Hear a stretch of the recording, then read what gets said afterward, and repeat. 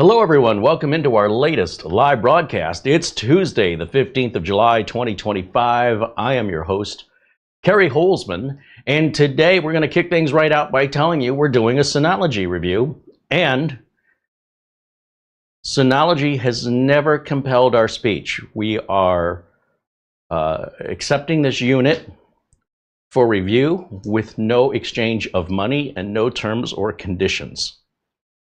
Everything I'm going to tell you today about the Synology is my honest opinion, and I hope you're sitting down.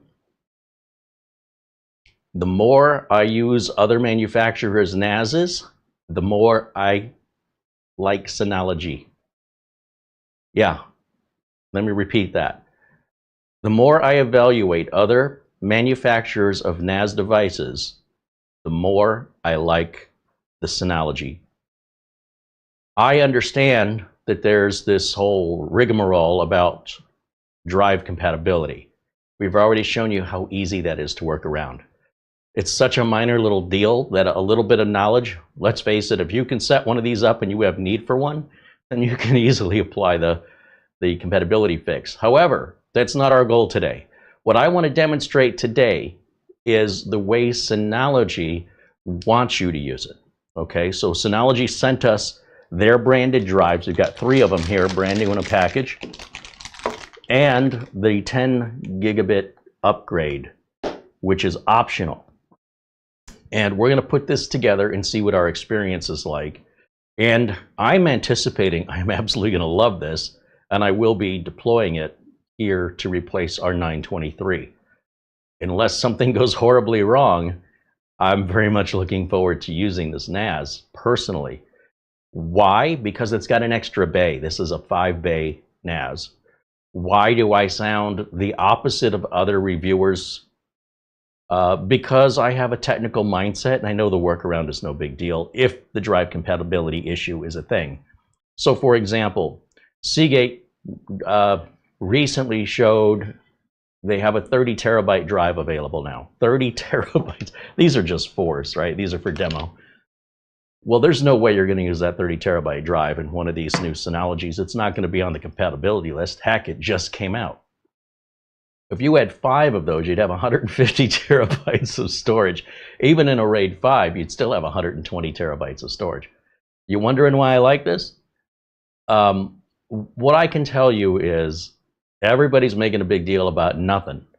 And, you know, I think people just like to complain and they want to play dumb, because any quick Google search will show you how easy it is to work around that. And so I don't want to discuss that today. We've already explained all this. So anybody who's still beating on this drum is just helpless. And well, they might say they shouldn't have to do that. Look, I can point out a flaw, at least 2 or 3 flaws in every single manufacturer's NAS. The CPU is not powerful enough.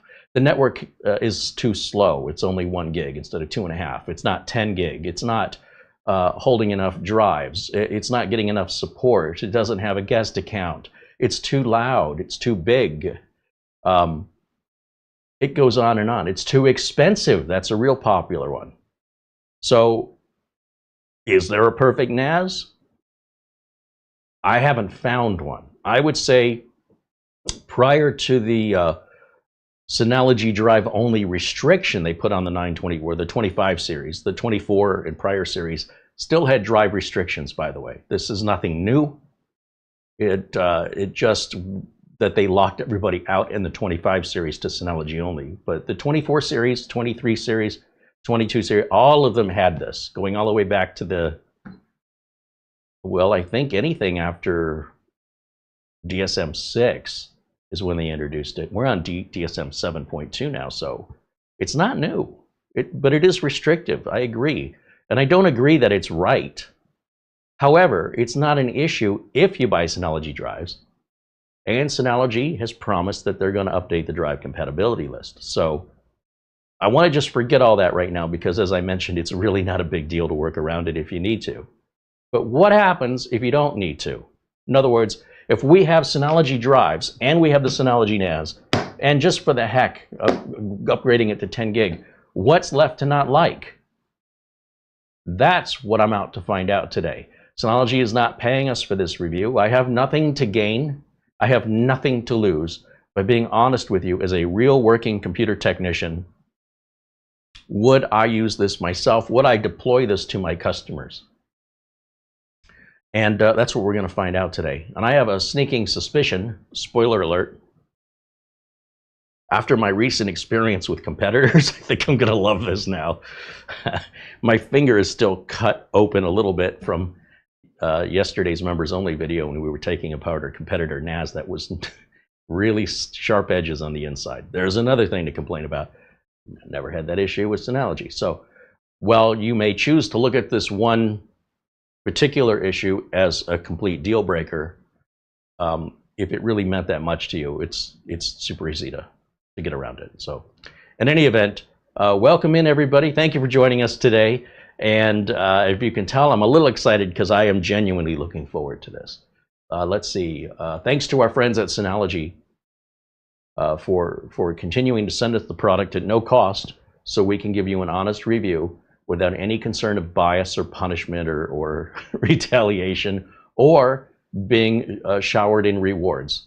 Basically, that all comes from you, right? You guys are the ones that will shower us with rewards by giving us your okay, your thumbs up, your support, and you're the ones who will say, oh, Carey sold out and go away, right? So everything as far as what's on the line is my relationship with my viewers. That's it.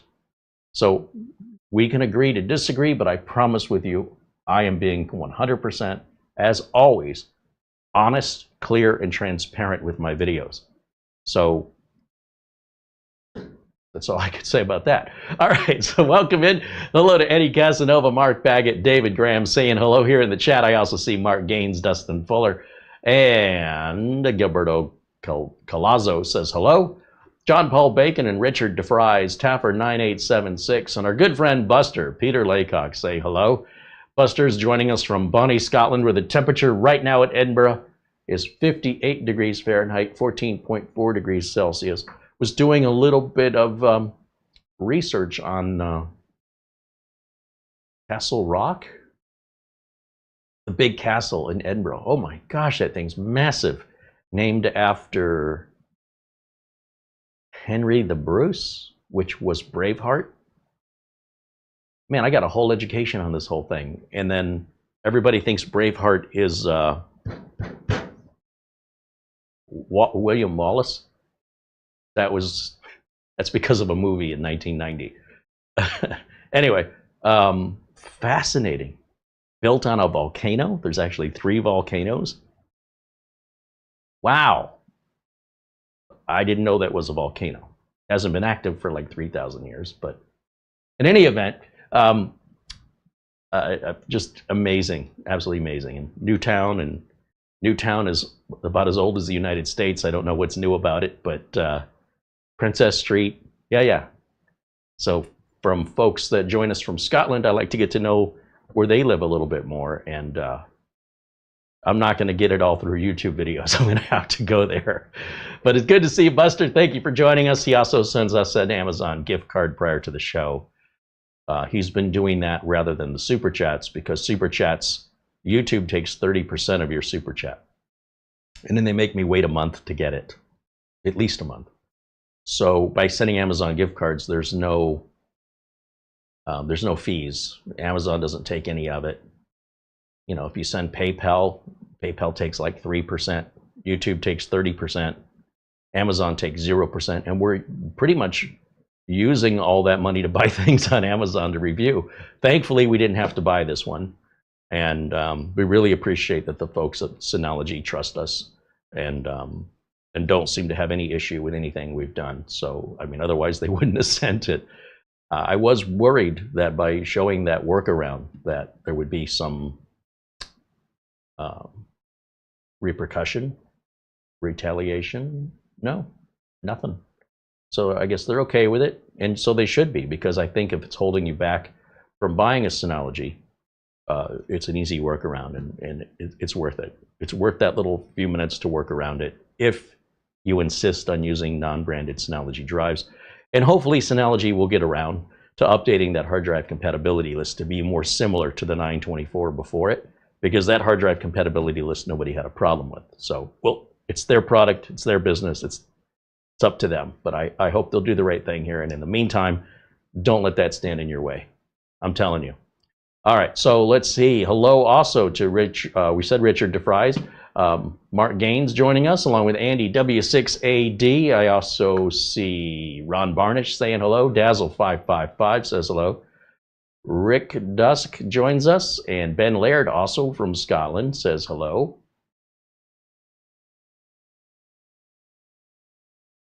Mara says, yes, more storage, fast connections. She has a problem. Yeah, she can never have too much storage, and it can never be fast enough. Let's see. Who am I failing to say hello to? John Paul Bacon saying hello. And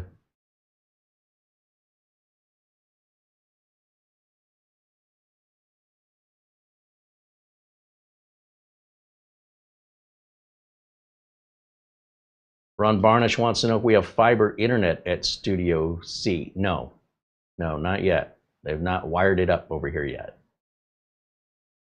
Andy says it's a little cooler temperature today here in the mountains, wherever he is. And Taffer says he'll take 58 degrees Fahrenheit any day. Yeah, Andy says 90 degrees Fahrenheit where he is. It is summertime. Graham48 says, let's go, right? With a $5 super chat. Thank you, Graham48.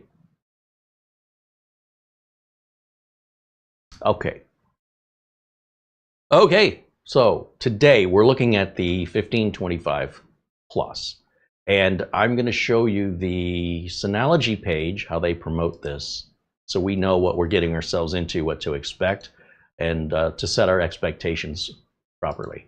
So here is the Synology page. The links for everything I'm about to show you are all in our video notes below today's video. The disk station DS1525. Okay, 5 bays. You notice those aren't numbered? That's the stupidest thing. Watching Ugreen number these is so stupid. All right, scroll down. Built-in dual 2.5 gig, right? So you can SMB those, SMB3, and to get 5 gig out of pairing those together without any configuration needed to your computers or your switch or anything, as long as it's a 2.5 gig switch. You can upgrade to 10 gig with this little add-in card, and there's easy access to installing 2 M.2 NVMe drives if you want to use a cache. And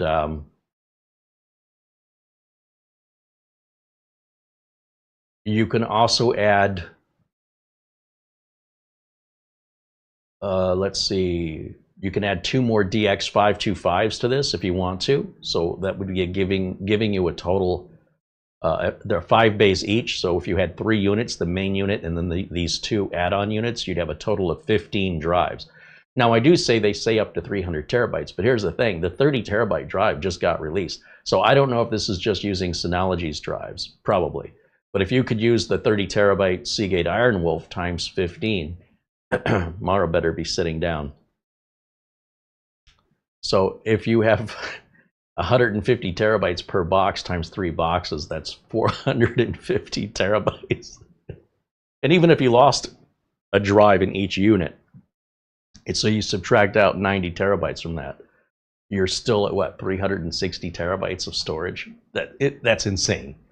Now, of course, they also make bigger units, but the point of this is that should you need to expand, you can. And in fact, even with 1 unit, you could just put 1 drive in it, if that's all you can afford or that's all you need. And with Synology Hybrid RAID, you can add more drives. They could be different sizes, and you can expand your RAID array as needed or as the budget allows up to 5. So we don't have to set that up with 5. In fact, today we're going to set it up with the 3 drives Synology sent us, and we'll leave the other 2 empty, showing that you can upgrade this. You don't have to fill it with 5 drives. But you can grow into it, right? Of course, they've got all this polish that Synology has with their operating system, and that's where everybody else falls short. Synology is the leader in this. They're the ones doing it the longest, and well, if to give you an idea about how much Synology is loved by the community, is just listen to how much they're complaining about the hard drive compatibility. Because if people didn't care, they wouldn't complain. If it was a manufacturer of a NAS that people didn't love, those people could give a rat's behind about what's good or bad about the unit, because if they don't like it, they don't like it. But if they really like it, and they find something that really bothers them, they're going to be really loud. There's going to be a lot of people who feel like, you know, this thing they love has become less lovable to them, and they don't want it to become less lovable. So please understand that those complaints come out of care. And again, this is going to be the drives out of the box without any manipulation. It's only going to take Synology drives. So they tell you that. They're not hiding that. They're very upfront about it. Now, let's go up here to the top and let's look at the specs on this thing, which I remember. Yeah, here they are. It's right up here. This is an AMD Ryzen processor. This is the V1500B. This is not your desktop processor. It's got a 4-core, 64-bit, 2.2 gigahertz processor. It comes with 8 gigs of RAM that you could upgrade. There's 2 memory slots, so they're only using 1. You could put 2 16s in there for 32 gigs, but for me, I only use this as a file share. If I was running virtual machines on it, or maybe I was encoding video, Plex really doesn't take much, but if things seem like they were bogging down a little bit on apps running through the Synology, adding more RAM will speed that up. However, for file sharing, it doesn't really do anything for me. So don't just think putting more memory in is always beneficial. If you're not using the memory that it comes with, which is 8 gigs, which I will barely be using throughout the entire life of this unit unless things change, I would just be wasting my money to upgrade it because it won't run any faster based on how I use it. But again, if I'm running Docker, things like that, that would be a different story. It's 5 drive bays, maximum of 15, 2 NVMe slots. It'll hold 2.5-inch, 3.5-inch, and M.2 drives. They are hot swappable, meaning that you don't have to turn the NAS off to change the drives out. So if people are using it like in an office and you need to do maintenance on it, you can do that while everybody's using it. And they might notice a slowdown while you're doing it. They might not. Depends on, again, how they're using it. It has this Gen 3 x 2 network upgrade slot. That's where you slide in the 10 gig upgrade if you want to do that. And there are 3 fan speeds: full speed, cool mode, and quiet mode. There's brightness adjusted on the front LEDs, which is nice because some of these LEDs from other NASs are very, very bright, and there's nothing you can do about it. You can even have this scheduled to turn itself off and on during non-working hours if you wanted to do that. I don't do that, but it's nice to know you can. And let's jump over to the Amazon page. This is $800. That's a really good deal. I mean, compare that with other 5-bay NAS prices with 8 gigs of RAM and a 4-core processor. See what you come up with. Now, that little add-in card, it's called the E10G22 T1 Mini. That's a mouthful, isn't it?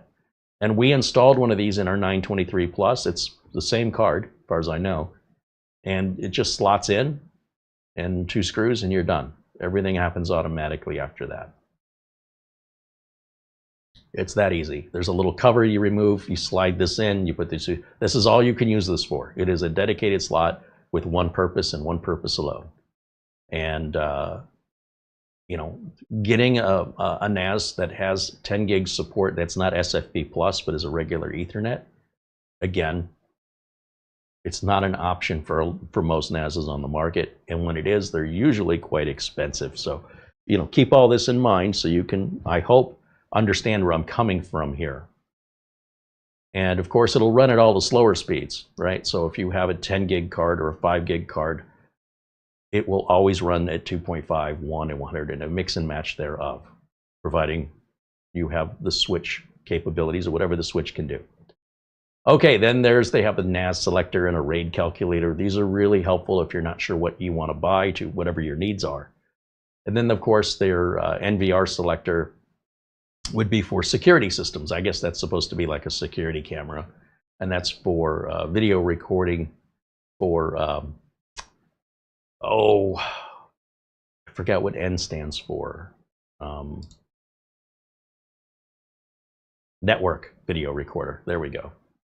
And again, it's not a feature I use. So in any event, looking at the card, this is $100 up. It's gone up a little bit, $110. I think if you look around, you'll find it for $100. But on the other hand, with the tariffs and stuff, maybe that's why it's $110. But you buy once, cry once, it's done, and you're good to go. So again, we want to thank Synology for sending what we have here on the table so we can really vet this out the way Synology promotes it. Now, when we start using things off-label, that's a different story. Doesn't mean you can't do it, and it doesn't mean that the thing's going to catch fire. Okay, it's just the company is promoting it. Like for best case scenario, if you want the best performance, the best reliability, if you want that Synology DSM polished OS, then you will follow our guidelines. If you don't follow our guidelines, you're not breaking any laws, but you're on your own with regards to reliability. If you have any data integrity issues, or if you decide you're going to use that slot for something else and it ends up hosing up your unit or creating networking issues, if that were even possible, I don't even know. People get creative sometimes. Synology's saying, look, we're not telling you can't do any of that. What we're saying is if you use it the way we have configured this, you plug it in, you go. Now, if you're somebody who likes to tinker with things, this is not what this is for. Synology is saying, if you just want to get this set up and get to work, if you have a job to do, if you have other things to do in your day, and what you need most of all is reliability, we've got the setup for you. You buy this, you set it up, you'll use it for many years with no problems. I have Synology units that have been in place for 6, 7, 8 years. Never had any problem with them, not a single time. I can't say that for other brands. Now, that's anecdotal evidence because I don't deal with 1,000 of them, but I do deal with a lot more than the average end user. And I can choose, in my field, I can choose any NAS I want to use. Does anybody want to guess which one I use at Studio A, what I was using at Studio B, and what we're using here now in Studio C? Regardless of the model, no matter how much we try other brands, it always comes back to Synology. All right, so I want to just plug it in and go.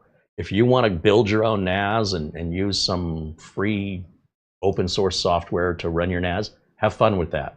This isn't for you. There are other brands that you can replace their operating system with a free open source operating system like TrueNAS, Unraid, Open Media Vault, Proxmox. But the maintenance and the time it takes to set all that up is really for home lab and enthusiasts. It's not ideal for business. With business, we need something locked down, secure, proven, reliable, and we don't want to spend all kinds of money on labor on the IT department to get it configured. You pretty much take this out of the box. Well, we're going to show you. You just take it out of the box, you plug in the drives, especially if you use Synology drives, just the way they intend. It is seamless and it'll just run for years. You understand why I'm excited about it? I can get things done. I can deploy 10 of these in the amount of time it'll take you to deploy one based on free open source software. And that's not good or bad, it's a preference, right? Business has a preference to earn money and not spend it. Hobbyists have a preference of spending money and not earning it back on whatever this project is. It's for emotional purposes or personal reasons versus business reasons, which is about spend less, earn more. Got to keep the business open, got to pay the bills, got to pay the employees every day, Monday through Friday. Sometimes with some businesses, they never close.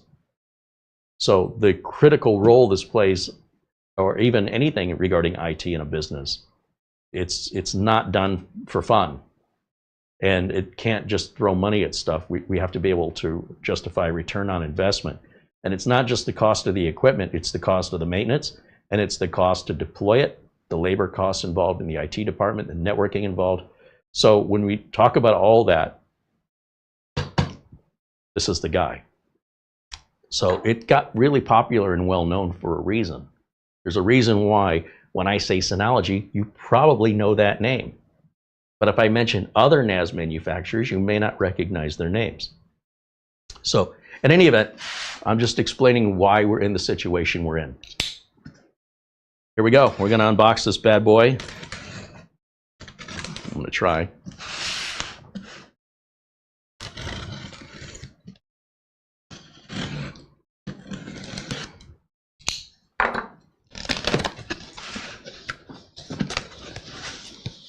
Oh, we have a box in a box. Okay. Had I realized that, I would have already taken it out of this box, because this box was in another box. Yeah, we got Russian nesting boxes. That's the box. As you can see, it's not a big giant NAS. You know, they're not. You can get them bigger, by the way, but I actually thought this was going to be about yay big, so I'm surprised. I don't mind it being a little smaller. What's in the box? Let's take a look. We've got what's likely our power cable. They usually give you an Ethernet cable or two. Then this box right up here, this is pretty heavy. That's going to have our power brick in there. So we're going to get to that in a minute. And then right under here, you see there's these little cutouts. We just lift this up. And that's going to reveal the NAS. And that should be all we have in here. So let's go ahead and pull this out. It's pretty light because there's no drives in it. And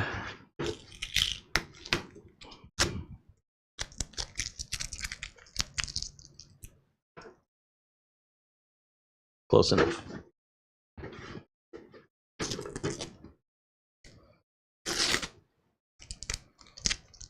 Just a little cellophane tape there to keep it from escaping, I guess.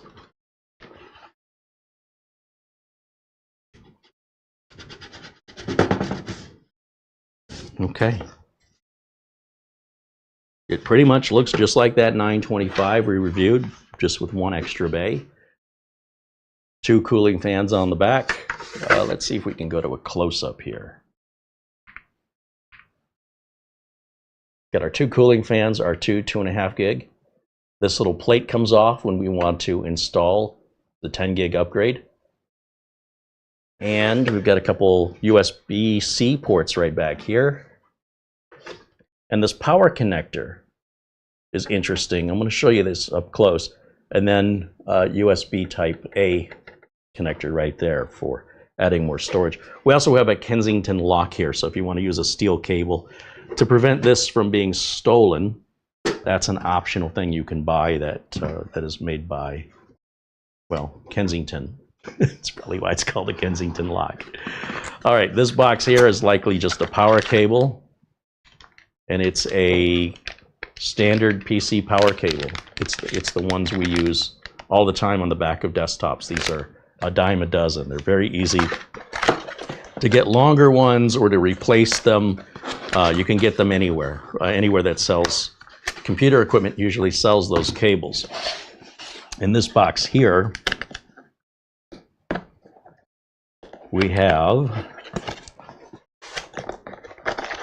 2 Ethernet cables. Okay. We have our power brick.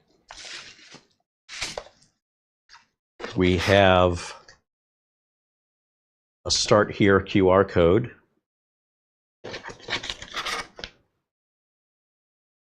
Probably some disclosures of some kind in there. And that should be it. Oh, the screws if you want to secure hard drives in the bays, but those are optional. And I think everything else here is, yeah, that's all empty. So that's just there for making it fit in the box and keeping everything cushioned. So for now, I'm going to just put all this back in here.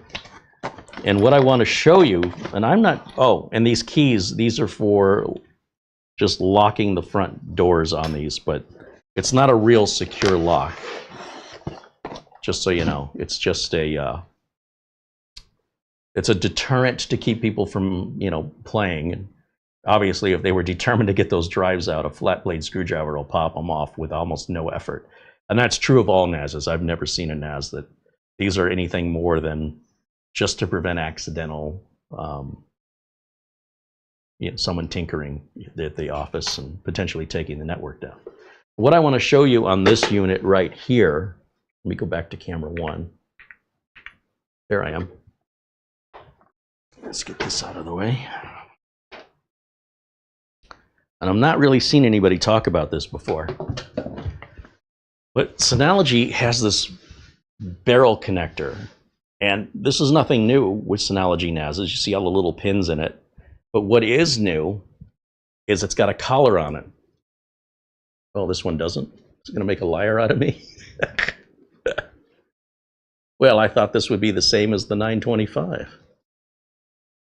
So the 925 has a collar, and the collar locks it in so it won't pull out. And then when you go to pull it out, you're pulling back on this piece right here. But it looks like, oh, I thought that was a new thing from Synology that they were doing on all their NASs. I think it's the same power adapter. But anyway, on the 925, surprise, surprise, Carey, that's really a neat feature. I like that it locks in. And I didn't realize that when I reviewed the 925. It was only after I started to take it apart after the review that I felt it move. And it's so easy. But again, it doesn't appear that they've included that same power brick. So Synology, if you're watching, that's a great improvement. Really like it. So I hope to see more of it. All right, let me get this out of the way. Let me turn this one around like so. And we'll plug this in. This only goes in one way, which can be a little bit difficult if you're not used to it. Those barrel connectors, you just plug them in. And they also usually just slide out real easily too. So there's a flat edge here. And if you look really closely on the connector, it'll have a flat edge as well. So it looks like the flat edge is going this way. And if you pay attention to that before you plug it in, it goes right in super easy, barely an inconvenience. These front drive trays, as I mentioned, they do have little locks on them. And the idea here is that if somebody were in the office and they wanted to see, oh, what's this? They were curious. There's a little hole here. And if we go back to the close-up camera, you'll see that with these enclosed keys, you can just put that in there and give it a turn, and it's not going to open anymore. Now, yes, with a lot of force, even with a strong finger, you'll break that. So I don't want you to misunderstand why that's there. Ideally, this will be in a locked room. That would be a lot harder to get into. So this is really just to avoid accidental ejection of any of the drives. Okay, that's what it's there for. I don't use the keys. I think they're a pain in the butt. But I also haven't dealt with people being curious and shutting the NAS down or effectively making the NAS inoperable because they're like, what's this? In an office when people are working, you can imagine my phone would just blow up, right? When we take the drive tray out, you'll see it's all plastic. There's no metal in here like other manufacturers. You don't want metal in there because the bottom of the drive has a circuit board, and you would have to shield that circuit board from something metal to prevent a short circuit. That's why those other manufacturers will give you like a piece of paper to put down there. I don't see that as a good thing. I don't want metal down. It doesn't make it any more robust. I mean, I've never had one of these break in the history of NASs. I don't know why they'd need to reinforce it. So I appreciate that Synology hasn't done that. These drives can snap in without any screws, the same as all the Synologies before them. These little side rails come off. And if you want to put a 2.5-inch drive in these drive rails, you'll have to use screws. And there's holes right where my fingers are. There's 2 holes here and 2 holes here. And then that drive sits right like this inside the tray. That way it still lines up correctly when it slides in. So you can use 2.5-inch drives in here. But again, all the drives need to be Synology. They, without doing the little workaround that we've shown you, the NVMe drive, SATA drives, and mechanical hard drives, Synology wants you to have the best experience possible. In order for Synology to give you the best experience possible, they need to control the equipment that you're making decisions of by putting it in. I understand that's debatable, that that's not condescending, but you're also not working in Synology's tech support department, listening to the phone calls they take that led to this. I can almost guarantee from working in IT that this is a reaction to something, and likely it's a reaction to customer calls where customers are making very bad decisions and then they're blaming Synology for it. I don't know that as a fact, but I could totally see how I would do the same thing. If I had customers that were constantly creating problems and then blaming me for it, what would you do?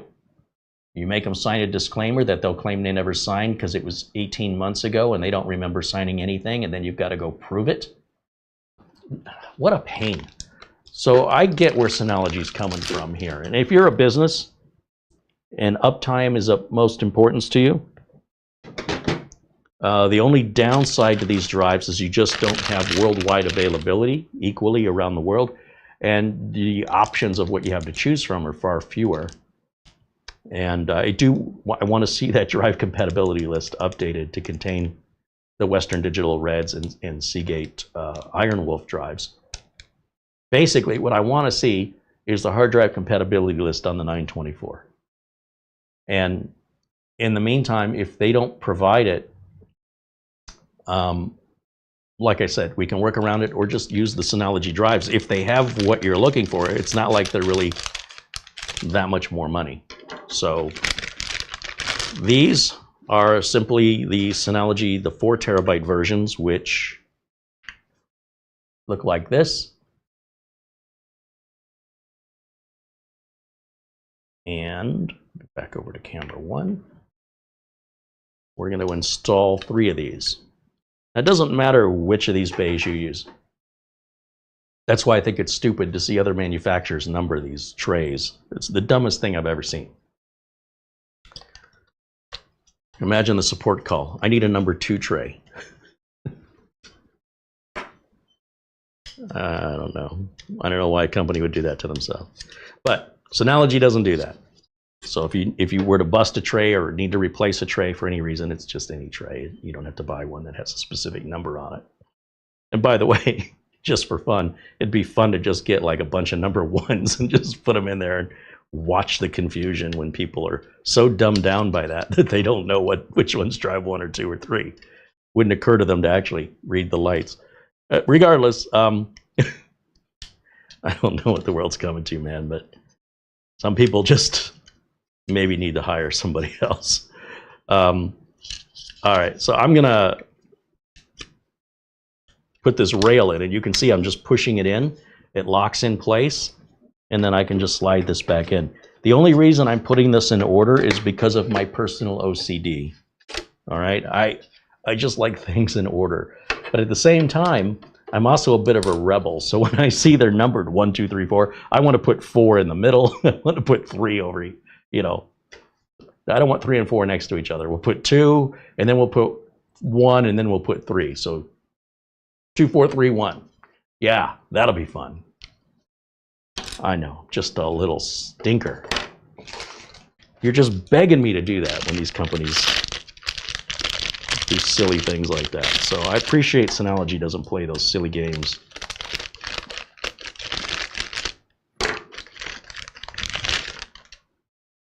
Okay. Look how easy this is.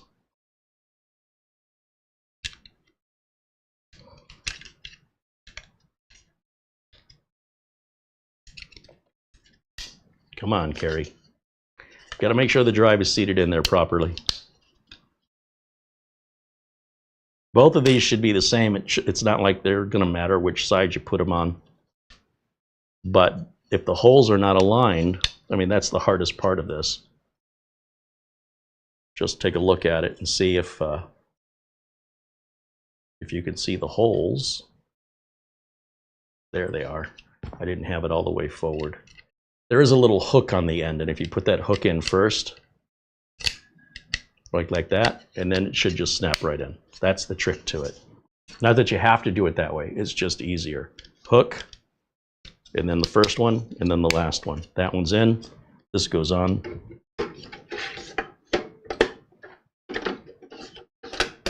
Like I said, number 3 could be over here, but it doesn't matter which slot you use.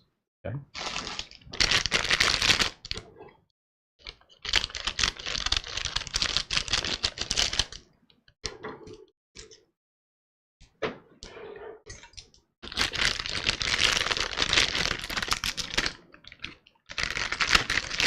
With 3 4-terabyte drives, that's a total of 12 terabytes. We can put this in a RAID 5 configuration, which would give us a spare drive, effectively. No matter if any of the 3 die, the other 2 can pick up the missing data. So it's not a spare drive in the sense that a drive isn't being used, although we could set it up that way too.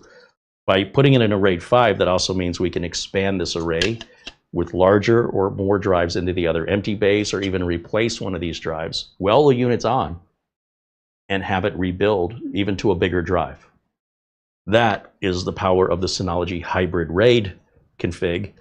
And of course, I won't use a NAS that doesn't support BTRFS. That's the B-tree file system, which gives us really great data integrity.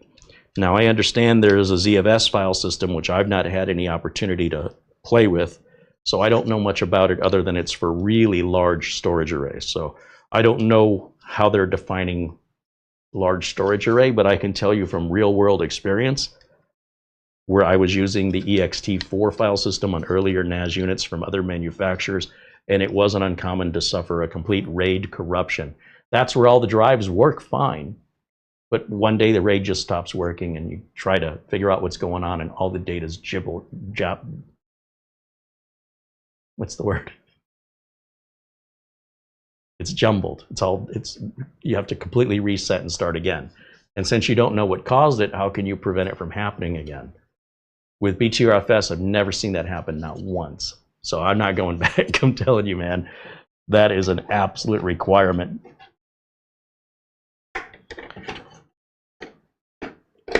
Now, ZFS may be something that I'm interested in the future as drive size capacities get larger and we have more bays.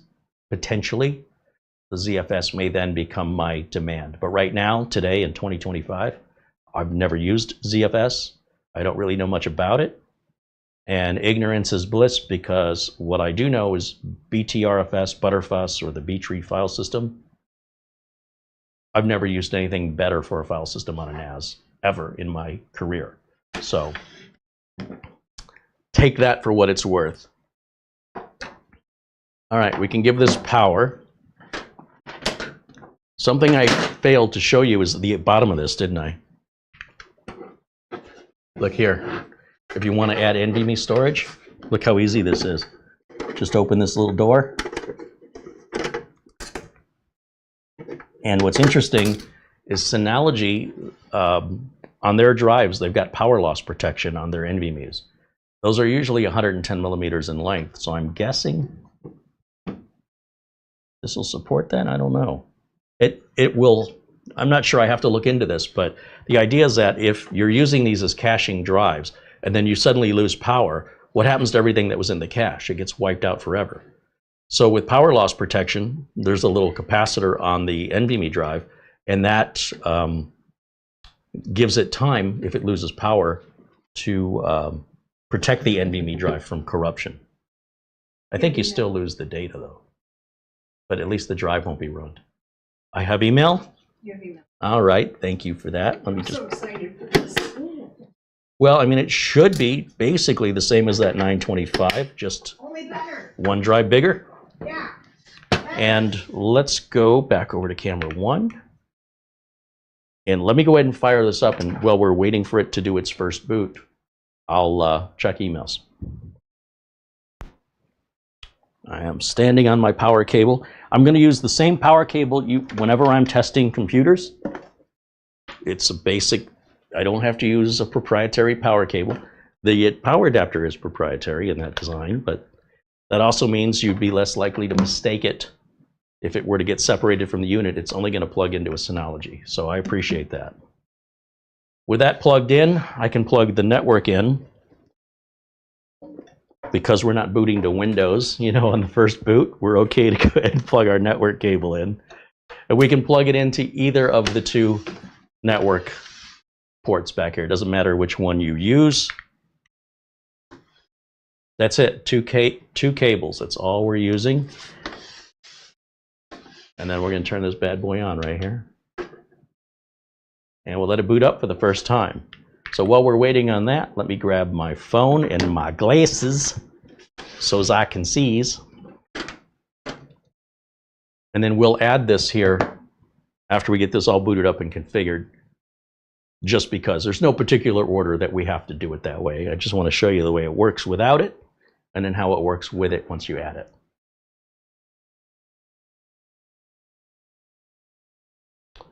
Let's do... Oh, our friend Ben Laird sends an Amazon gift card for $10. Thank you, Ben, joining us all the way from Scotland.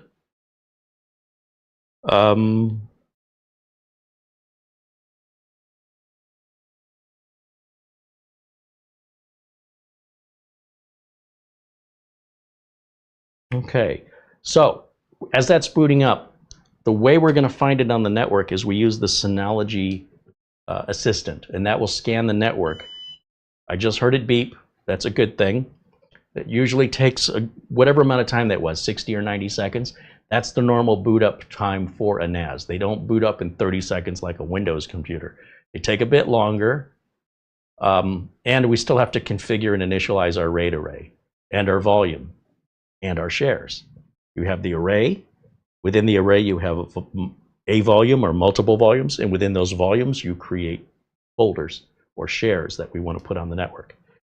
I like to just make one big array with one big pool with one big share.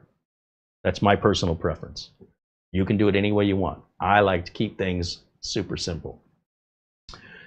Okay, so to run the Synology app, we would download the Synology Assistant.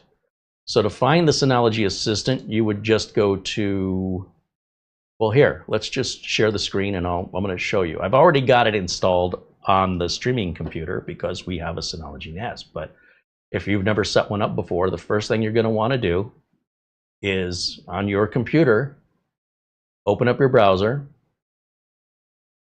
and just type in Synology Assistant.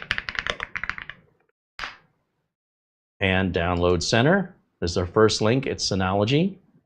We can select which product we have. We have a NAS, and then it wants to know which one.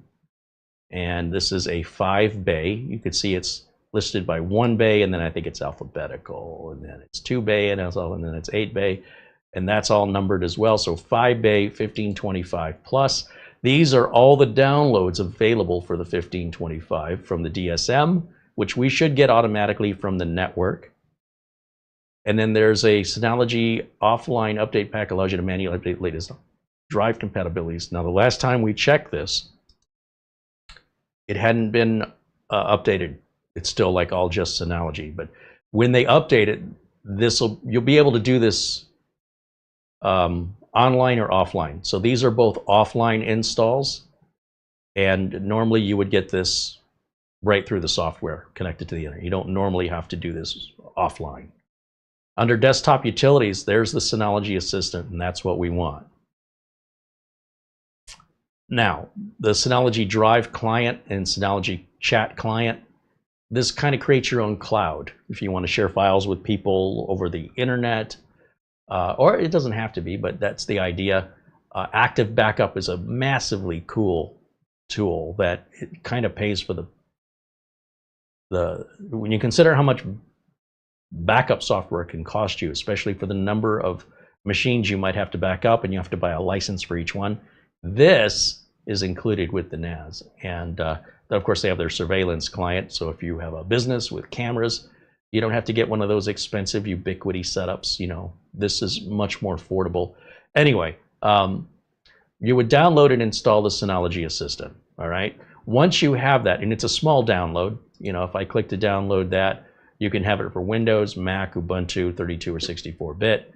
We're going to hit download on the Windows executable, and it's a little teeny tiny 11 meg file. Super, super tiny. Now, if I come back over here, camera 1, let me close this window out. And on my desktop, I have now the Synology Assistant, because after here I've demonstrated downloading it. After you download it, you'll install it. So I've already installed it off camera. What I want to do next is run the Synology Assistant here right off my desktop. Oh, there's another way we can do this. I almost forgot to show you. Hold on, let me go back. Let's try this first, because this is a little even easier. Let's go back to Google. And what I really like about Synology is you could just go to your browser. Once it's powered on and you've heard that beep, type find synology.com. Now you'll see that changed to finds, but I just type in find. It'll search your network and hopefully it'll just find it. Now we have a 925 on the network and we have this new 1525 right here.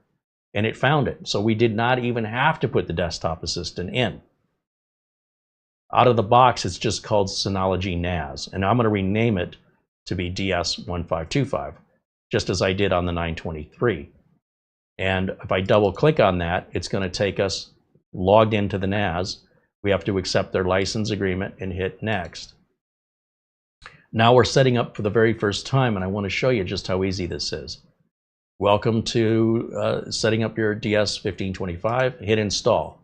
Automatically download. In other words, we're not doing that offline installer. This is all just going to go automatically as long as you've got an internet connection and it's plugged in. We hit next. It warns you that all the data on the drives we've installed is about to be wiped out. So I'll hit continue because these are brand new drives. Please type your product model. Now you have to type it exactly as shown. If it's a capital letter, then put in a capital letter. It's basically telling you, please type DS1525. They just used a lot of words to basically just say type in DS1525, and yes, you must add the plus. They don't want you accidentally deleting everything on these drives. This is completely resetting these drives. Now, even though you and I both know these drives are brand new out of the package, the Synology unit doesn't know that.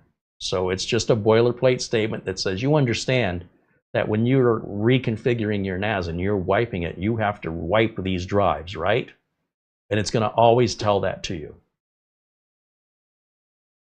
So now it puts on the Synology DSM, or the Disk Station Manager, which it's downloading right now and installing. All we have to do is wait.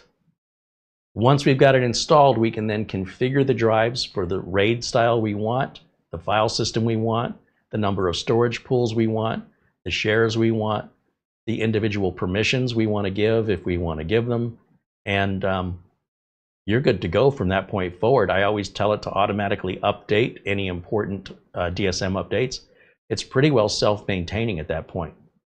Now that's not to mean you shouldn't be checking on it. I still log in and check the logs and everything, or I have the logs emailed to me. But it's really very, very low maintenance. You kind of plug it in, get it configured, and start using it. And this configuration is going to happen quickly.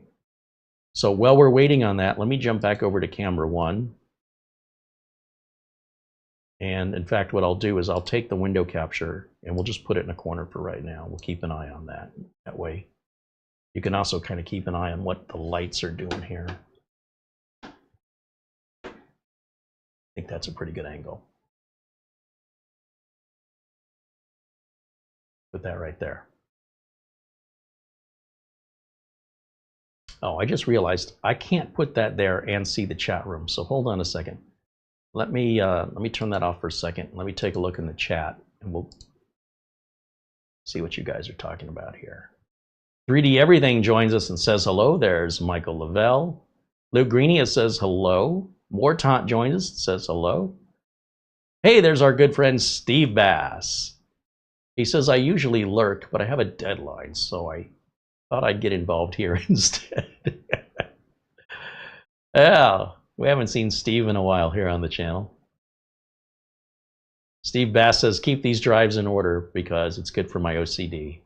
Well, it's my CDO because I like to alphabetize OCD. Let's see. Mark Leibowitz joining us.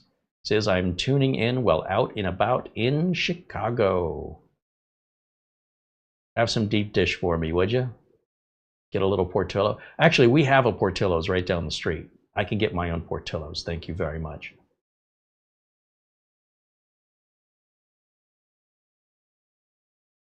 In fact, I have a Lou Malnati's too, so never mind. I got it covered.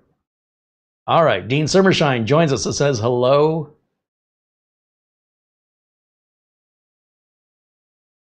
And I'm still catching up. Still catching up.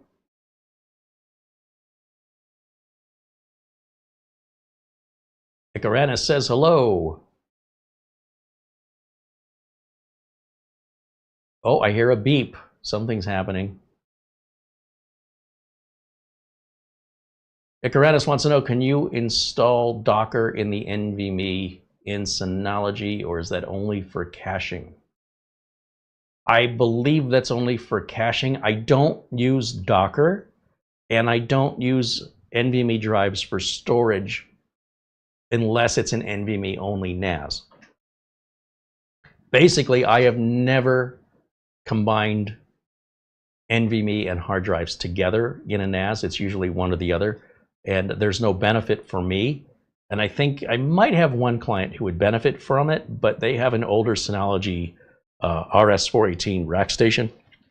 It doesn't have any NVMe options in it. So that would just be Murphy's Law, right? The one client who might benefit from it, we'd have to replace their NAS.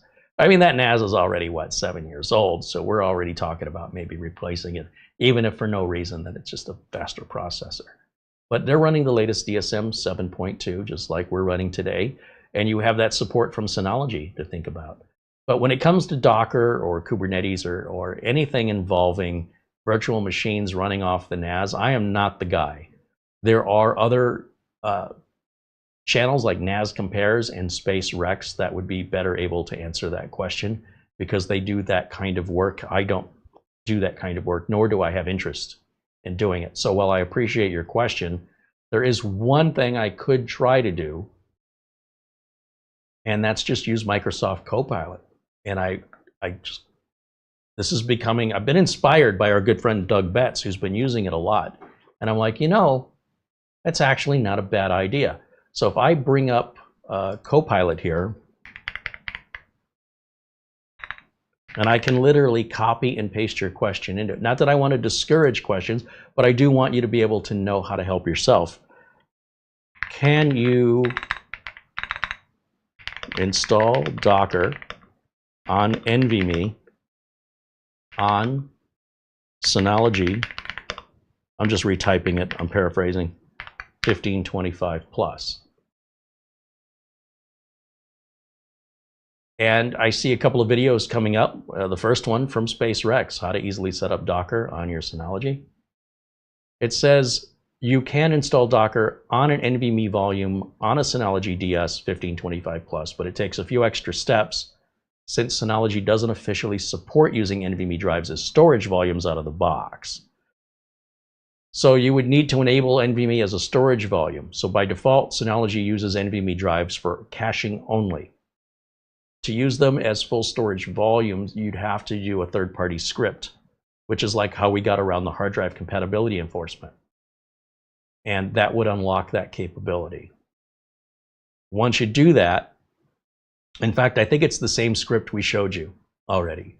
It's the same script that restricts the drives that also restricts how the drives can be used. It's all in one. I just didn't realize that till now. So you can follow those same instructions from the video we made on that, and that will enable the NVMe drives to be used as storage instead of just cache. And then once you've done that, you can create your own storage pool and volume on the NVMe, and then you can go ahead and use it how you wish. So you, out of the box, no. The answer to your question is, out of the box, you cannot do it. So again, Synology wants this to be as reliable as possible with the best data integrity, and they have determined through the support calls they get every single day, nonstop, as I imagine that any company would, you know, worldwide company that sells as much product as Synology does.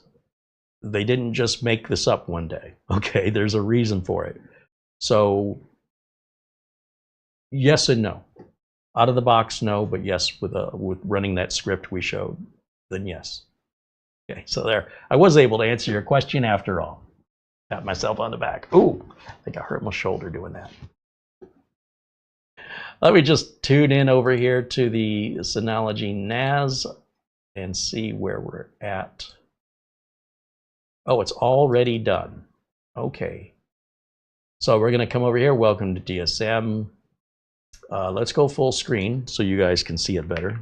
You don't have to look at me. Neither one of us wants that. Welcome to DSM 7.2. Next generation data management begins here. I would have said starts here. Nobody cares what you would have said, Carey. Hit start. Okay. Device name. I'm going to call this, guess what, DS1525. I cannot put a plus sign on a network name, but I don't need it. Administrator account will be Carey, and my password is, this is my password. And I got to type it again. This is my password. Now, I'm not going to keep it this way for obvious reasons. I better type it this way. This is my... By the way, we just turned this on. We just turned this on. This is my password. You see how I've got uppercase, lowercase, numbers, and it's something I can remember. It's called a passphrase. Now, Synology is going to tell you it's not a very good password. Like a brute force attack could probably crack this pretty easily. But because we're showing this to the world, and I have no intention of keeping it, this is my default password that I use when I'm broadcasting to the world. And this is an example of how you can create a long password that's easy to remember, replacing the letter A with the number 4, replacing the letter S with the number 5. It kind of looks like that. If I wanted to be really clever, that would look like the word ass. I really put the ass in password, don't I? Anyway, this is what I do just to keep my life simple, especially when I'm broadcasting and then I have to log into this later and I can't remember how I set it up. And I said, you know, I really just need a basic, you know, login that I can share with the world that I will never deploy. Allow Synology NAS to be displayed in the web assistant. Yes, I want to be able to scan. You see, when I did that find Synology.com up here, after we set this up, if we don't check that box, that won't work no more. Then we would have to use the desktop assistant. So I like that. For security reasons, some people don't like that, but it's only going to show on your local area network. It doesn't show anything outside of your local area. It doesn't go online. So some places like offices don't want employees to see it. I'll hit next.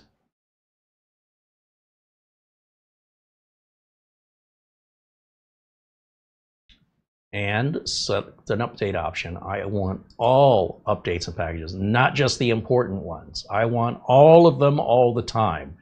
They're not releasing these for free because they're having a good time watching you wait for downloads to install. And now, by simply updating, I don't have to be reactive. Should a problem exist, that's the reason for the update. I don't want to know the reason for the update. Just give me all the updates.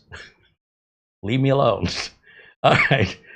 Let's see. You can create a Synology account. I don't do any of this with any of my NASs, ever. But I'm also negating 60% of this NAS's capabilities, maybe more. But that's not important to me. Most people do this. I'm not most people. I'm going to hit skip. You can send your device analytics anonymously to Synology. So anytime there's a crash or an issue, they're made aware of it without you having to reach out to support. And if they get flooded with a bunch of these after an update, they know something in the update's wrong before anybody's complained, and they can already start working on it. So it's up to you if you want to agree to that or not. I usually just say no because they're not paying me to help them. Although helping them does help yourself, right? If it solves problems sooner, that's up to you. Now, Synology Drive server, Synology Office, Synology Photos, this is all like a cloud-based service. I don't do anything cloud-based on my NAS, so I'm just going to say no. Whoops, I think I clicked the wrong thing. No thanks is what I want to do. You can buy an extended warranty. If you register for the extended warranty now, They'll extend your warranty for an extra 2 years on top of the original factory warranty. I've never had one of these go bad. I've had the power brick go bad, and they're like 18 bucks to replace. So look, all you got to do is registration is available with a limited time period after your Synology. Yeah, they're not going to wait for you to have a problem and then ask for your warranty to be extended. But you don't have to register it for the basic warranty. But if you do, in exchange for giving them your information, they like to know who their customers are and who they can send marketing materials to. If a customer buys once, they will buy again, very likely.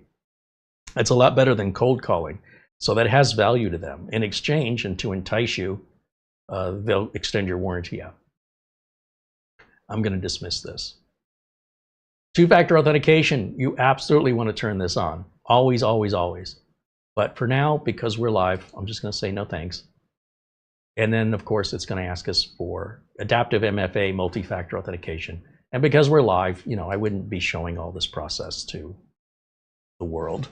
But yeah, if it was me privately off camera, yes, please. Now it wants to create a storage pool and volume. Great, it's going to walk us right through the wizard here.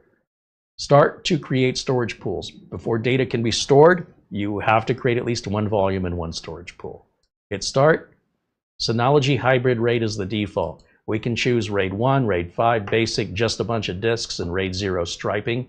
I always want Synology hybrid RAID. I want that default. If you want to give that storage pool a name, you can.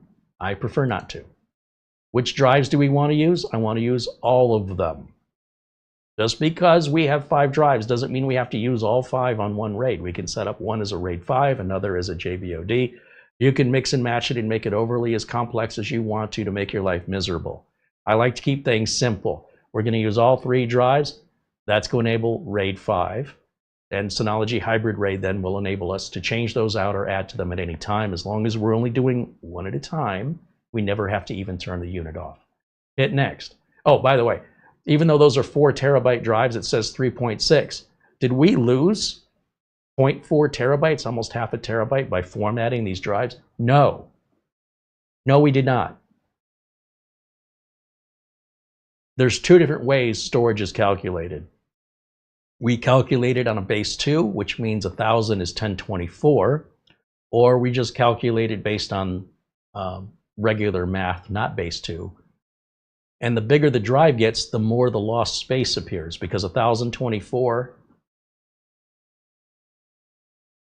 if you have 1000 of those, then you have 2400, a difference of 2400.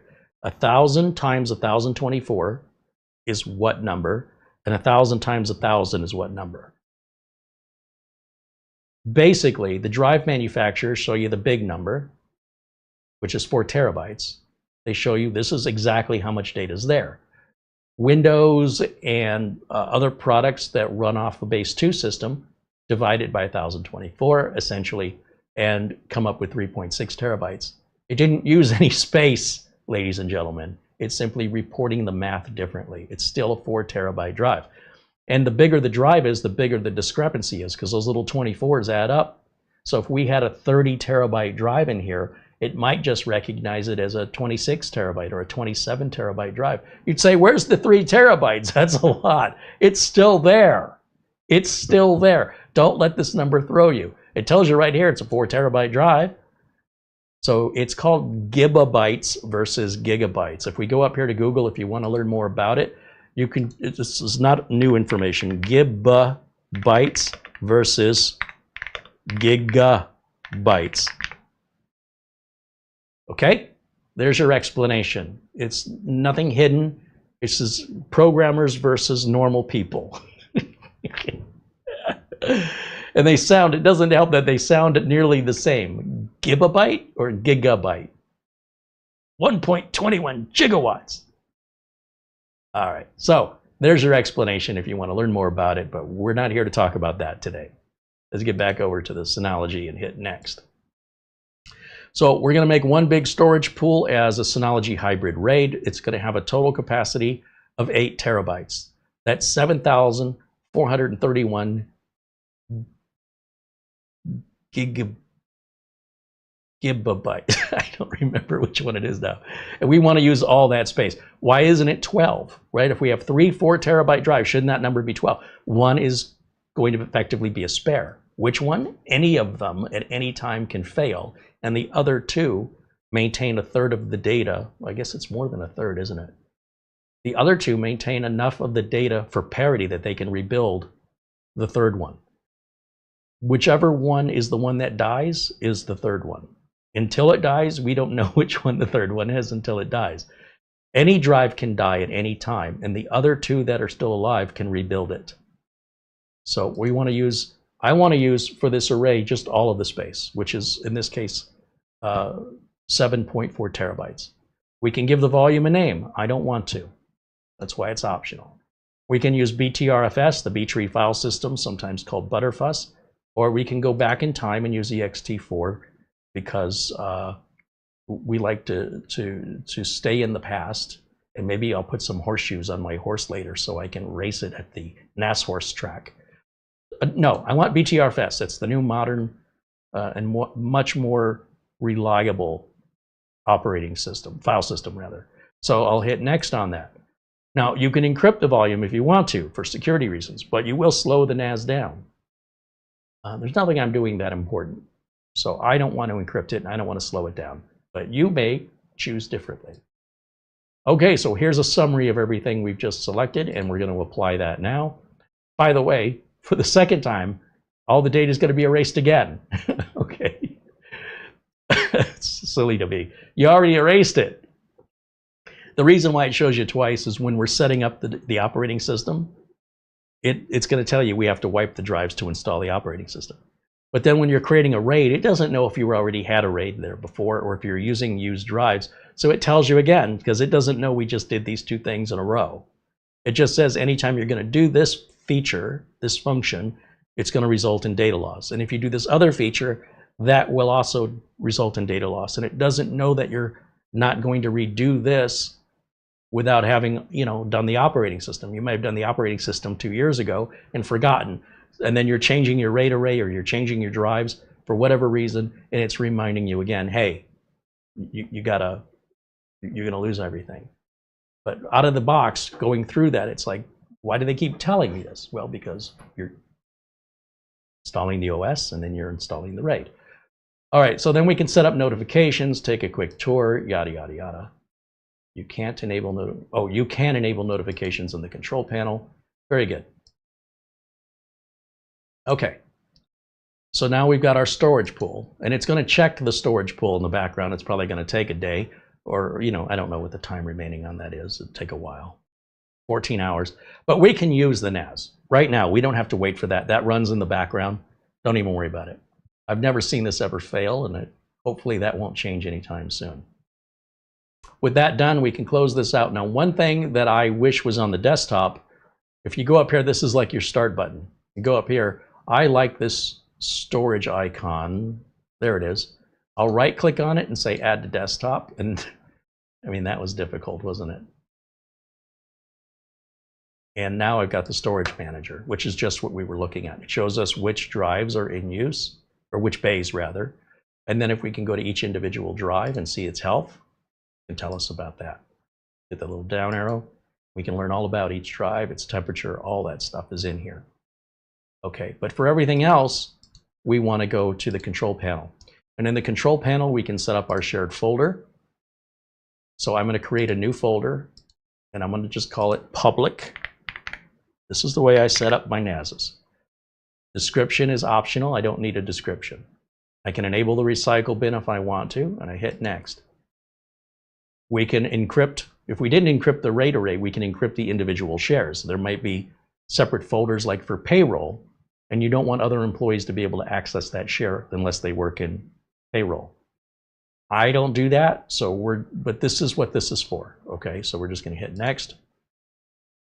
Enable data checksum for advanced degradation. Yes, I definitely want to do that, but again, no file compression and no folder data quotas, so that's fine. Then this is a summary of everything. Yes, yes, yes. Hit next. Now, the Carey is the admin. You can't really use the admin account. I think it's just ornamental. So for Carey, we obviously want read-write access. We can override that too. And then for guests, I also want read-write access because I like guest accounts, which Ugreen has decided is the only NAS manufacturer to not offer a guest account. Hopefully they'll update their software. It is a first generation. But in the meantime, like I said before, I find all kinds of reasons that I don't use other manufacturers, and they're very rarely the same reasons, but they're showstoppers for me. I need that guest account. I hit apply. Now, we can go under Info Center. If you're typing find.synology.com and it will not find your Synology and you don't know why, you need to go to, was it Device Analytics, and select Allow the Synology NAS to be displayed in Web Assistant. If you don't check this box and you type up here find.synology, it won't find it. Now, we did check that box at setup, but what if you didn't? What if you can't remember? Check this. Real easy. It's just kind of hidden. Like I would never think to go to the Info Center under Analytics, but that's where they put it. Finally, I want to set up the user account. So under user groups, I want to make sure the guest access is enabled. So this is the two-factor authentication. That's not what I'm looking at. I'm looking at the deactivated. By default, for security reasons, the guest account is deactivated. If I double click on that, uncheck deactivate this account and hit save. And that's it. I'm done. I should now be able to type in the name of the NAS on my search bar. Tell you what, in order for me to show this to you, let me go back to, let's go back to camera 1, and I'll just turn on the display capture. And that's gonna make this look like a tunnel as we get video feedback, so hold on a second. That is, it's not what I meant to press. Let's try that, display capture. Okay, so now you can see everything. If I go down here and I type the name of the // DS1525 and the name of my share is public, it should just let me in. Maybe. Maybe not. Have I missed a step? Oh, I mistyped it, didn't I? It does help if you type it correctly. Pub. Typing's hard. There it is. It's just like having a giant 8 terabyte drive inside of the computer, but we're connecting to it now over the network. So forget all these tabs open, all right? This is just like having a big USB drive attached to every computer on your home network that you can all access equally without having to move the USB drive around. And you can all access it at the same time without, like, if you just plugged a USB drive in, it'd be pretty slow for multiple people to access it simultaneously. And if you want to, you can give it a drive letter. We can go over here to, let's go back to the yellow folder. You see I have C drive and D drive. I can map a drive letter. Click on the 3 dots, select map a network drive. We'll make it drive letter Z. Go all the way to the end of the alphabet. That way, when you're plugging in other USB drives, it doesn't like skip letters. So if we're plugging in a USB drive, and for example, we've got drive C, drive D, then it'll go E, F, G, H, right? In the meantime, our network won't, our reserved drive letter won't be in the way. When you can browse your network for the 1525 if you want. If I hit browse and I look on my network, you'll see our 923, you'll see our printers, you know, everything that's on our network. And in just a moment, it should show us the 1525 on the network if we did everything correctly. The first time, it might take a minute. There's the 1525. Then it's going to show us what can we attach to. Well, we only have the one folder. So we're going to say drive Z is going to take us to this location and always reconnect at sign in, hit finish. Guess what? Now every time I turn on the computer, I've got this drive Z. It tells us our number of space. I click on it and I just use it like any other storage drive. I do that to every computer in the building and everybody has access equally. And it's super easy. You're not using the sneaker net and moving files around by hand. This is so 2009, all right? And this is fantastic. And you'll also notice there's a red dot here. The red dot means there's updates. So we're gonna agree to the license agreement, and we're gonna go to the installed section, and we're gonna update these two things here. And these are all the apps. These are just like your phone. Your phone has apps. A NAS has apps. Nobody's got more apps than Synology. So when you're buying other brands, you're kind of sacrificing some choices there. That may be important to you, you may not care. See, I don't care because I don't really use anything other than the default apps. I leave those all alone. I make sure they're updated for security reasons. I like everything always updated all the time.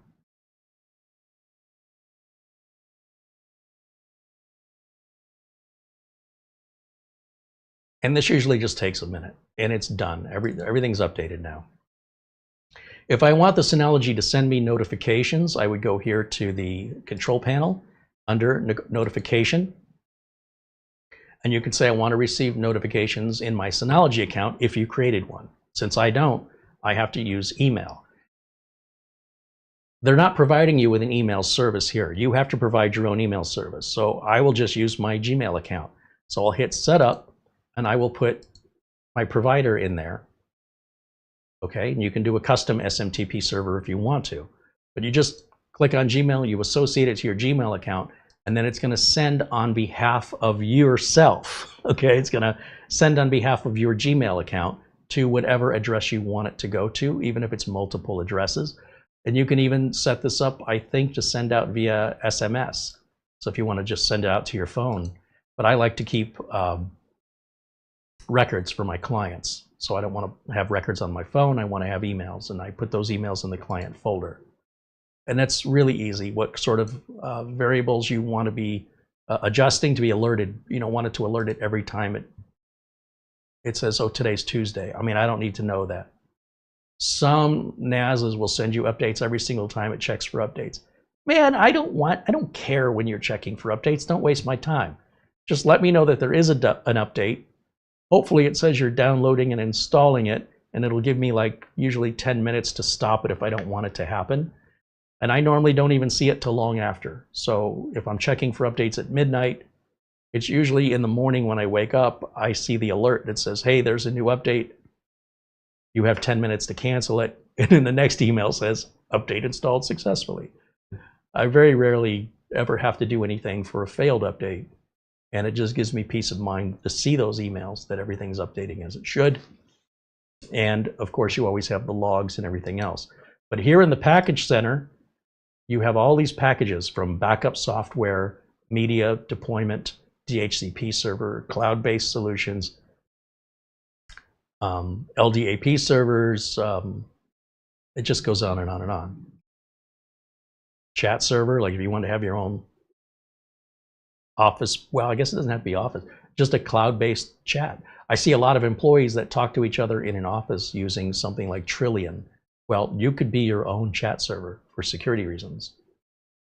And they have a Mail Plus server, they've got a text editor. This goes on and on and on. And these are all of the authorized apps. Over here are beta packages. And you have to agree that, okay, you understand these are beta, so they may not be 100%. And this is all Synology stuff.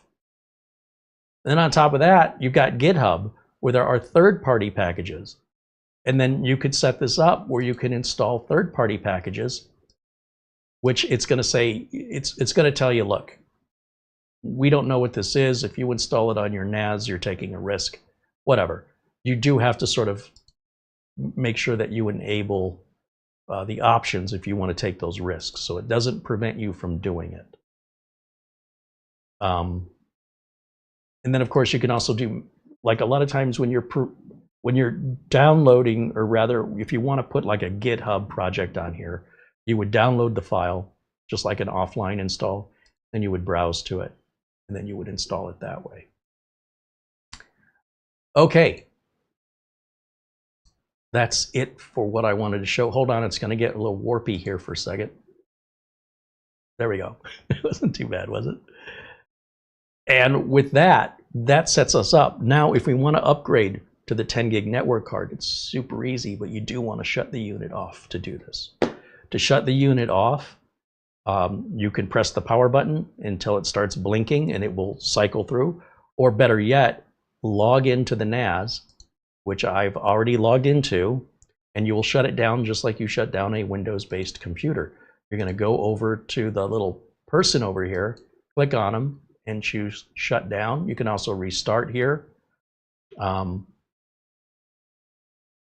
There's so much I can go through on this. But again, there are other YouTube channels that'll take you through all this, and I don't want this to be overwhelming. We're already at 90 minutes and I still haven't put the network card in. I'm going to just choose Shutdown, click OK. Because it's still synchronizing, systems processing, shutting down may cause data loss. Are you sure? Torchbow, wait for the operations to complete and try again. Nah, shut it down anyway, because it always passes that. I don't care. It'll pick up where it left off, or it'll start again the next time I turn it on. And then if we go back to camera 1, you see that screen is going to stay that way forever now. It doesn't acknowledge when it's off. It doesn't know because it's a browser page. So we'll see when it turns off. You'll see the lights blinking, the power lights blinking. It's normal to see the hard drive lights blinking, but when you see the power light blinking, that's not good. That means something's either booting up, shutting down, or has a problem. So be aware that if you ever see that power light blinking and you don't have any notifications, something's going on with that NAS. It's not normal. Or let me rephrase, it's either shutting down, restarting, or it's stuck. Like if your power brick goes bad, I've seen that blue light flash when the unit's getting some power, but not enough, and then the light will flash. So if that light flashes, that's not a normal thing you would ordinarily see very often. That's all I'm trying to say. Now I'm going to unplug the network cable and the power cable, and we're going to turn this onto its face for a second. And right back here is our, let's see if I can do this. There's a little door here, if I can show it to you. Right there. I'm going to open that door up by taking those 2 screws off. This one here. Ooh, that screwdriver does not fit well in there. What about this one? Oh, oddly enough, the bigger screwdriver fits better. Now, set these screws aside. We're going to need them.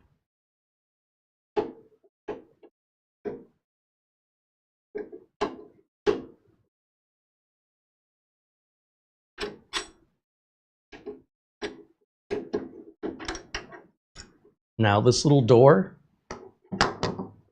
I would put this away just in case you ever take this network card out. Think of it like we're gonna put an option in here that replaces that door. And if we take that option out, then you probably want to cover the hole back up. So that's up to you. Some of you could throw that away. You may never use it again.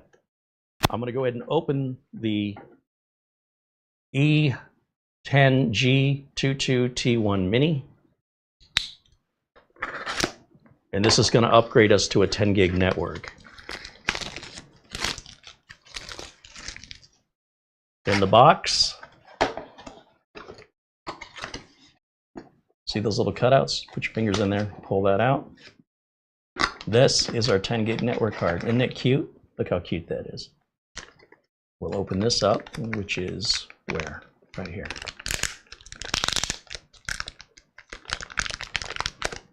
It's like Christmas over here.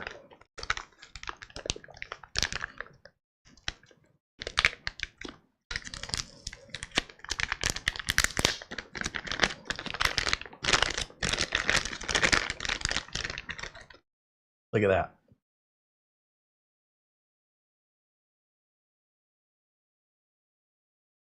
Metal backplate, built well.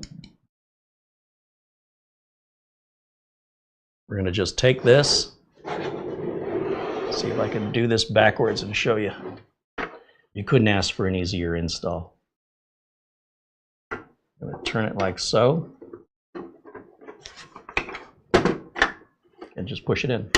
That's it. Now to make sure that that doesn't come out, by the way, there's little tabs here. If you want to pull this out, you'll grab those tabs. Okay, make sure that snaps in, and then we're going to secure it so nobody takes it. It's not going to come out by mistake if a cable gets pulled. Even if a cable gets pulled, you'd still have to squeeze those clips there. So this is secured in there really nice. Now at this point, we are done. Everything's going to happen automatically. So what I'm going to do when I plug in power, I'm not going to plug the internet into these 2.5 gig ports. I want to plug into this one instead. So let me do that right now, and we'll fire it back up, and I'll show you what happens. This is our power. I think I dropped my network cable on the floor, so bear with me for a second. Is it on the floor? Am I standing on it? How's that possible? Oh, I think I found it. Okay, network cable. We'll make sure we plug that into the 10 gig port this time. There's no drivers to install. Everything is from Synology. It knows its own stuff. And if you think about it, this is kind of similar to the way Apple Computer Company works. You buy their stuff only, and it just works. Synology seems to be adapting this Apple-like mentality with their latest, drive requirement. Apple does the exact same thing. And of course, when Apple does it, it costs more, but it just works, and that's what people like about it. So, anyway, we're going to let that boot back up, and when I hear it beep, I'll know it's ready. It's like a microwave. It takes about 60 seconds. Let's see. Let me take a look at our chat room here. Mr. B508 says hello. Welcome in. Jose Lopez says hello. Gregory Howard joining us. Good to see you. Good to see you, Gregory. Hope you're doing well, my friend. Charlie Purdy saying hello. Good to see you, Charlie. Joining us from Texas. Oh, he's flying back from Texas. Flying back to Texas. Charlie's in Ohio. I can't remember everybody's locations.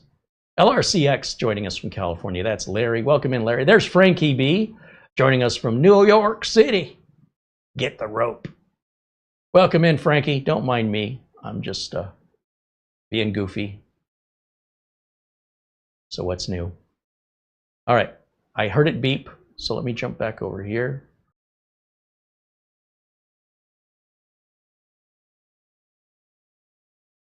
And we'll go back to window capture. Now remember, this is where it left off, right? So I can just do a find.synology.com. We'll find it again. It should automatically be on the network with that 10 gig card without me doing anything. And it is. The 10 gig card's already working. Double clicky, put in my name, put in my super secret, super clever, never guessable password that you guys will never ever know. Whoops, too late.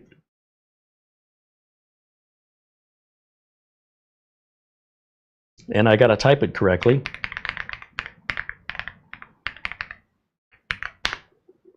Did I do it right the second time? I did. Okay, now how do we know this is working? Go to the control panel. Everything you want is probably in the control panel. Under network, gee, you think? Under network interfaces, we have LAN 1, which is 2.5 gig. These 169.254 addresses that you see here, these mean no cable is plugged in. That's what that means, disconnected. LAN 3, that is our 10 gig connection if we want to learn a little bit more about it. Network status, we're at 10,000 megabits per second, full duplex, meaning both directions, it's at 10, and our MTU setting at 1500. That's it. I didn't have to do anything, I just plugged it in. Okay, so if you're a tinkerer, you're not going to like this. But if you have stuff to do, I laugh because it's preposterous that people don't have stuff to do. How are you not just super busy in the world today? I'm jealous. I don't know how to do that. I can't sit still. All right, we'll leave my problems out of it, Doc. That's pretty much it. So what I want to do at this point is address any questions or concerns that you guys have, because I think there's a lot of... is there anything else in this box? No. I think there's just a lot of people beating on drums that are getting upset on behalf of other people, which is like, really? it's not your fight if you're not dealing with the. If you're complaining about something that doesn't affect you, mind your own business. I don't understand what's going on in the world today. But regardless of that, if you have any questions or concerns, like if you're thinking, hey, I might want to buy one of these, but I'm worried about this, that, or the other, this is the time to ask. And what I want to do is jump over to our chat room. And if you've asked something earlier and I didn't see it because I've been busy focused on this, please do ask it again.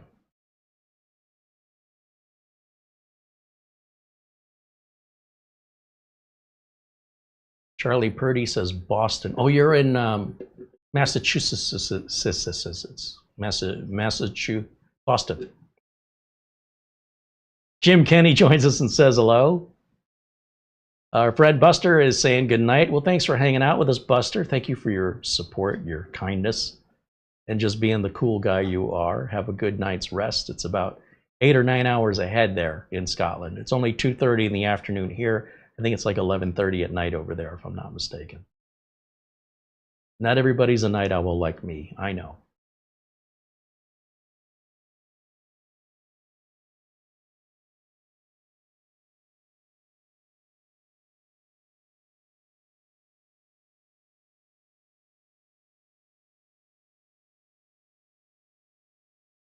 "3D Everything" says normal people use base 10 all the time, they just don't know it. That's probably true. Yeah. Yep. Still worth discussing.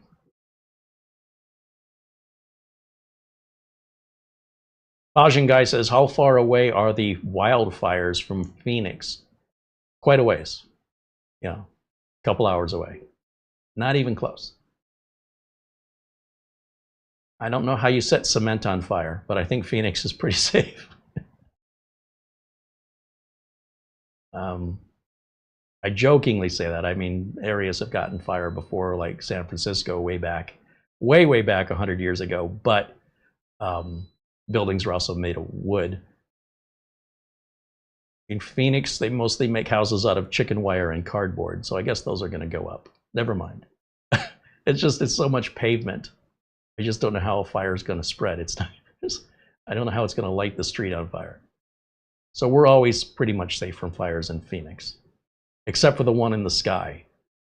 You've never felt the sun like a Phoenix summer day. Just no clouds, no shade, just an oppressible. The sun is oppressive, and it just beats down relentlessly until you can't take it anymore. You can't hide from it other than to get indoors. So that's kind of a fire. Don't put your sunscreen up in your car and then get in your car and touch your steering wheel. That's kind of a fire.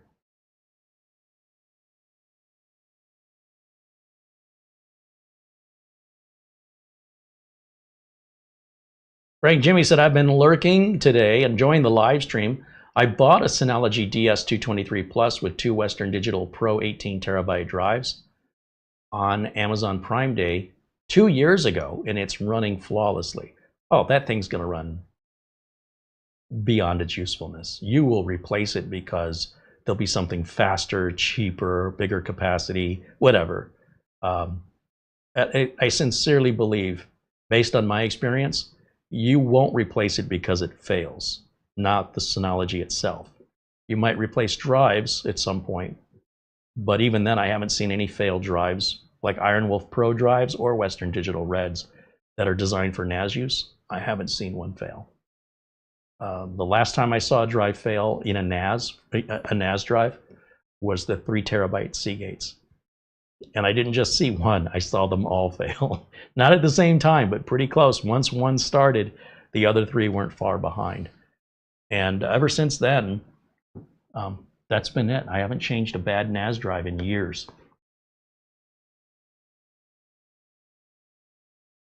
Charles Eslick says New Mexico's weather is not much better. Oh, agreed. Southern Utah, New Mexico, Texas, and Nevada are very similar in weather. Southern Nevada.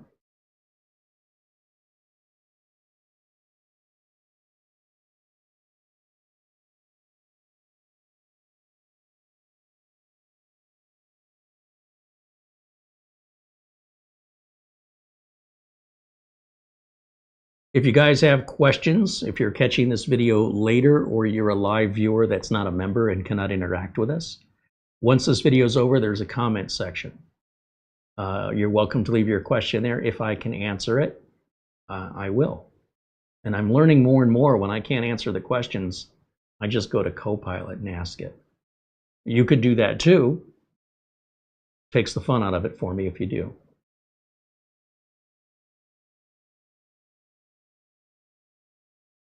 Charlie Purdy said 30 terabyte drives are out. Yeah, I guess you missed the beginning of the show, Charlie. We talked that right at the front. So I guess one of the downsides on doing a live show is when people pop in the middle of the show and talk about things that we already talked about. But that's all right, you know. It's not like I don't do that when I join on other people's live streams. What can you do?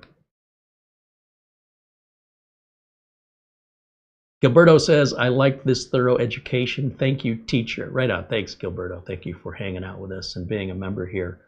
And again, without Synology's support, we wouldn't have this to show you today. So we want to thank Synology.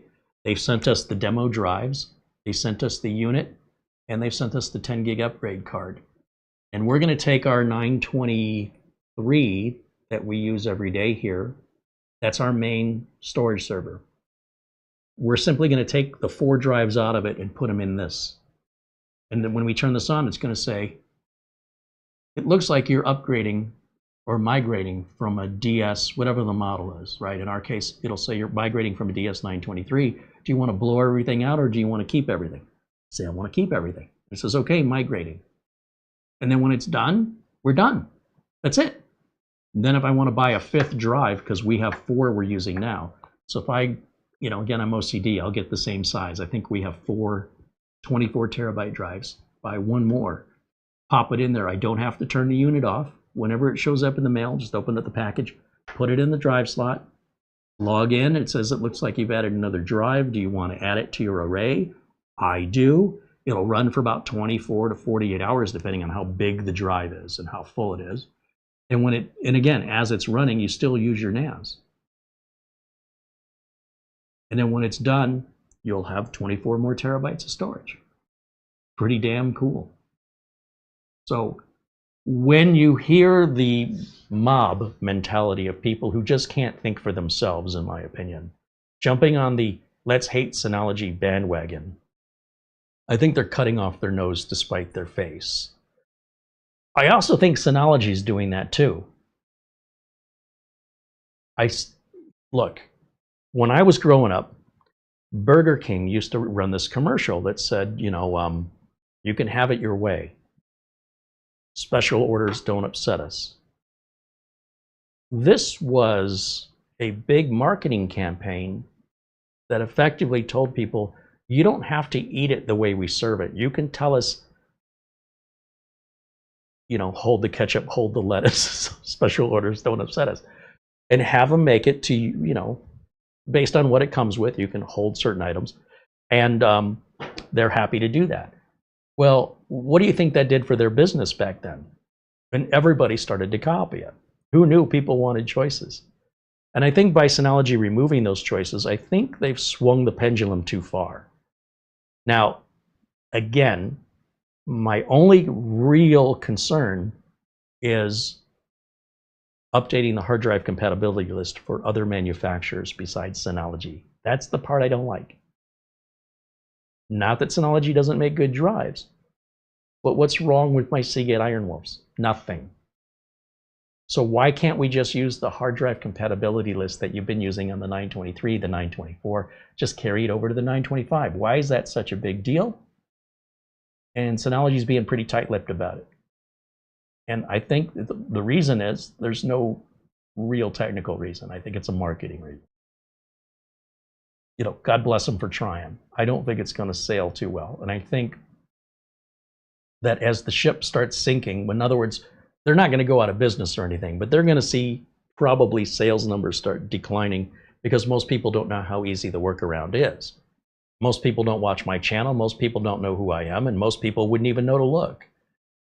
So as a result, it's going to, I'm predicting there's going to be a decline in sales that Synology is going to experience, and they will respond to that when they're ready. We'll see how much.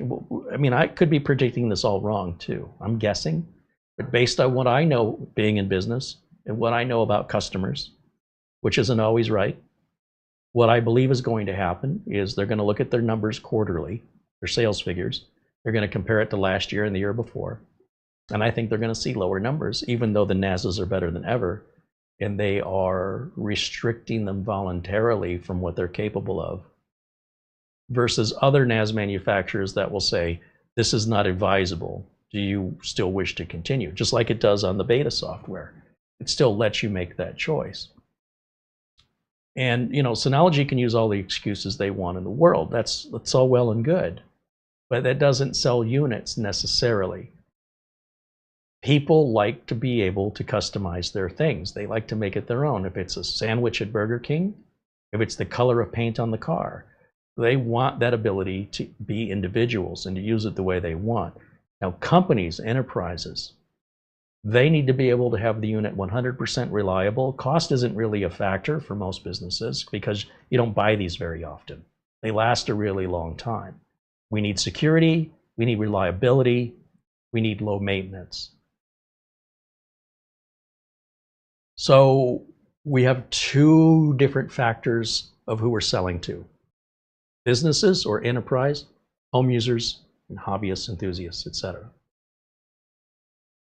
I do think the solution is on the business class with rack-mounted devices.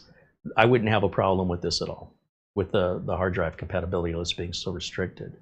But if you're going to sell this to home users, and let's face it, most businesses, if they're a big enough business, they're going to have a rack. This doesn't really fit in a network rack. You can kind of set it on top, but it's a rack-mounted NAS is typically used in business. These kind of NASs are typically used in home and very small business solutions. So if they had two different rules and said, okay, on the business side, we're going to really tighten down the screws on the drive compatibility list, and on the consumer side, we'll just put up a bunch of warnings saying, you know, if you do this, you're an idiot. Are you an idiot? Click yes. Okay, proceed. I'd be okay with that. Obviously, I'm exaggerating there, but I do feel like they've just swung the pendulum too far. All it takes is that hard drive database update opens us right up. So if you do it officially, then you'll wait, and when that hard drive database gets updated, and they have promised they're going to update it. We just haven't promised when, but they basically are saying, if you read between the lines, we'll get around to it. When that happens, I'm sure other YouTube channels as well as myself will be made aware of it, and we'll let you know. If you don't want to wait, we have the workaround, which is super easy. It's permanent, and it doesn't cost you anything. You only do it the one time, and you're good to go. So you do have options. Whether they like it or not, I don't know. When I worked in the corporate world, the engineers and the salesmen do not get along. So restricting the drives is more of a sales thing. On the engineering side, being told you need to engineer this, I will bet you money that the engineers working for Synology said, we don't want to do that. This is a bad idea. And their boss said, do it anyway, or we'll find somebody else who will. You don't run the company. You work for us. We want you to code that. And I can almost guarantee any real engineer absolutely was opposed to that. And the salesman said, is it done yet? Because I told the customers it'd be ready 2 months ago. This is what it's like working in the corporation world. The world of corporations, I wouldn't be surprised, even if the engineers didn't stand up for themselves because they didn't have the guts, that if you took them aside privately and said, oh, how do you feel about that? They'd say they don't like it. An engineer fixes things, right? That's the mindset of the engineer. Show me a problem, I'm happy when I'm fixing. But when you manually restrict something, when you force an engineer to go against what makes them an engineer by not fixing something, but by restricting something, and they're okay with it, that's not a real engineer in my book. That's like bamboo under the fingernails for most engineers. Why would I make this so beautiful and then kink the hose? I just fixed all the water flow. It's flowing beautifully. You want me to put a kink in the hose? I'm just telling you, I've worked with a lot of engineers and they all have one thing in common. And they like solving problems. They don't like creating them. So this is a marketing thing. It's not a technical thing. No engineer said, I have an idea. I can guarantee that never happened. This is all marketing. So at the end of the day, it's about sales. If the sales pay off, they'll keep doing it. If the sales drop off, they'll stop. So you vote with your money.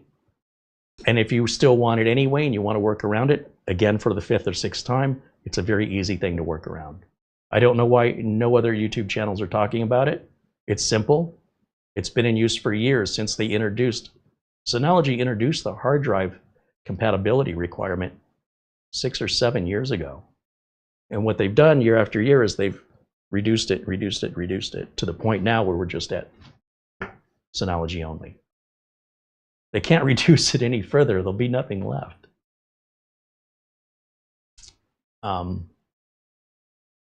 Anyway, those are my thoughts. Questions?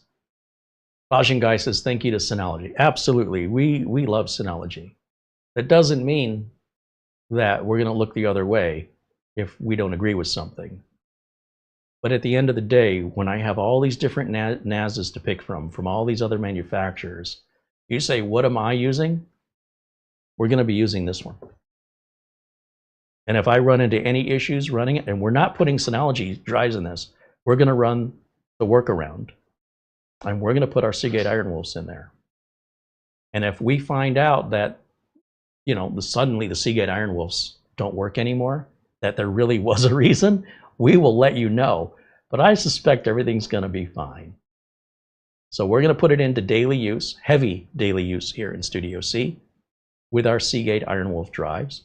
We'll have the 4. At some point, we'll add a 5th one. I don't know when. And we'll expand that RAID and we'll have the extra storage. And I believe we're gonna absolutely just love it.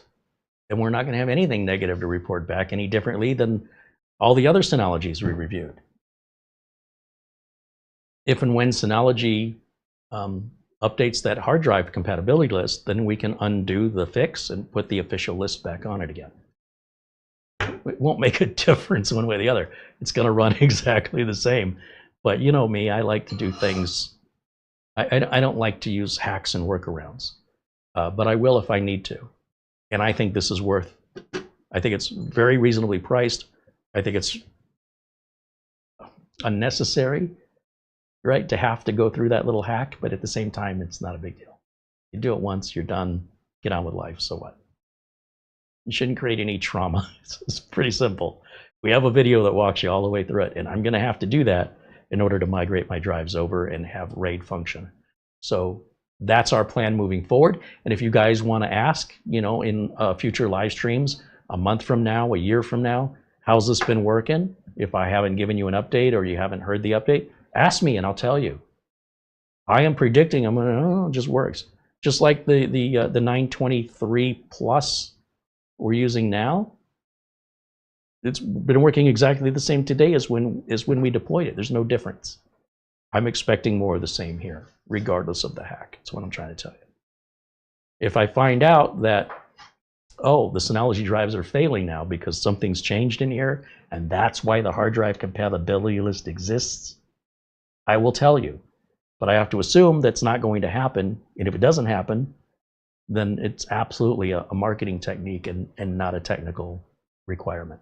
So one way to know for sure is to just do it. We can speculate all day.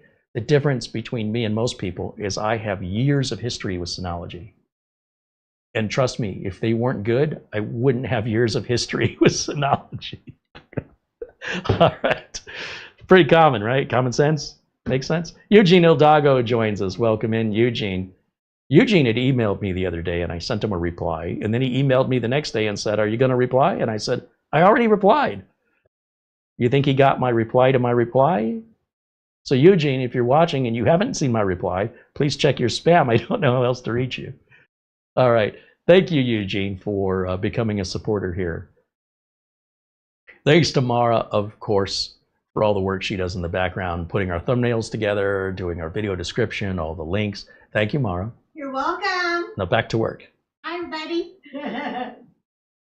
And thanks to all of our members for making these videos possible. And a shout out to our friends at Synology for being so accommodating and putting up with us, quite frankly. And at the end of the day, it's up to you to decide. I just want to set your expectations, the good, the bad, and tell you what I've decided for me. You decide for you. We're not here to twist anybody's arm. If you buy one, I don't make any money. If you don't buy one, I don't lose any money. I'm just here to help. Larry wants to know, does a NAS have to be plugged into its own power supply? And if power fails and it's not on, insured or suppressor? Well, it's like anything else, right? If you have something that's very important to you and it's electronic, like say it's a refrigerator, and you lose power, it could burn out the compressor, and now all the food in the refrigerator could go bad before you can move it. Like oftentimes people have to run to the store, buy one of those multiple styrofoam coolers, buy ice, and keep all the food from going bad while they get the refrigerator repaired or replaced, which might take a few days. When it comes to a NAS, we have, in my line of work, we have lost power. We have physically unplugged the NAS. Like right now, I'm going to just pull the power. You absolutely should not do this. It's bad practice. But let's just say there was a thunderstorm and it took the power out. Maybe the power's out for 2 seconds, maybe it's out for 2 days. What happens when it plugs back in? It's going to send us an alert saying it was powered off incorrectly. There was an abnormal power fluctuation or loss of power that wasn't planned. And it's going to want to do a RAID scrub, which is basically what it's doing when we set these drives up, is synchronizing the drives. What the RAID scrub does, it's not like cleaning, it's not scrubbing. You know, when you fast forward through a video, if you're a video editor and you're moving forward and backward in the video, that's called video scrubbing. So the word scrubbing also has this other meaning that not often home users will use, or non-technical people. And when they say the word scrubbing, when it comes to the NAS, what that means is they're checking the data integrity to make sure everything's intact. And BTRFS can say, if you catch it early, this bit is wrong and put it back the way it's supposed to be. It has a whole mathematical parity that it can repair that. You don't even know. And the RAID scrub can take about 24 hours, but again, you could still use the NAS as normal. There is a chance that you could lose data, which is why you always have a backup. What would be worse would be that your building that you keep this in catches fire, or somebody breaks into your building and steals this, or one of your employees or you yourself click on something you shouldn't have clicked on and it encrypts everything on here. That's why you always need backups. This is not a backup unless you have 2 of them and you're basically backing one up to another one. Because if we have 5 30 terabyte drives in here, what are we backing that up to? What can hold all that if they were full? The only thing I can think of is another one filled with 30 terabyte drives. And then you want to back it up to a different building. We back it up over the network, back it up lots of different ways, depending on how much data you're backing up. You know, if the thing was really full, you could temporarily bring the other NAS into the office, file synchronize, you know, copy everything off of one onto the other, and then from that point, take it out of the building and only synchronize changes from that point forward. That makes that very manageable. And Synology Drive does that automatically with 2 Synologies. You don't have to buy any software, it's all built in. So whether or not something bad happens, whether you accidentally deleted a file, something happens where 3 drives all fail at the same time for some, I mean, buy a lottery ticket if that ever happens. Your solution to every problem is have a backup, at least with computers. How do I fix a virus? Restore your backup. My computer's been blue screening ever since I installed the latest update. Restore your backup. My hard drive died. Replace your hard drive, restore your backup. It's always the same answer. So if you care about your data, then you'll make a backup. And if you don't, And you'll say, well, what happens if I lose power? What happens if I get a virus? I've already told you, restore your backup. In this case, simply unplugging the power, in my experience, I've never ever lost data. I've only heard about the warning you could, but I've never experienced it. I have seen some corruption that gets automatically fixed in BTRFS, but with the ext4 file system, it absolutely has corrupted arrays by having the power loss. Or, you know, the biggest mistake I ever made was telling one of my customers, I want you to unplug the NAS and plug it back in again. And now every time they think they have a problem, they do that. And I'm like, stop doing it. I'm getting all these email alerts, and it's having to do the whole RAID scrubbing. And I'm like, every single time you do that, your NAS then has to go through a 24-hour RAID scrub to check for file integrity. So why did you do it? Well, I did it because it was running slow. Well, now it's going to run slow for the next 24 hours because it's got to do this thing in the background it normally wouldn't be doing. Please do not do that ever again. I was really getting upset. I'm like, if you really want to shut it off, just, and I'm telling this to the customer, hold this power button until you see it blinking. Let it go. Now it's going to cycle down and shut down properly. Just like a Windows computer, you can press and release your power button. It will shut the windows down properly. If you hold the button in and don't let it go, it's the same as pulling power. So you see how long it's taking to shut down, and you'll see those lights are blinking? That is an acceptable shutdown process. But more than likely, the problem of the slowness isn't being caused by the NAS needing to be rebooted. And the customer thought they'd solve it themselves rather than call me to avoid calling me. Please, just customers, call me. You're making it worse. Stop making it worse. It's never going to heal if you keep picking at it.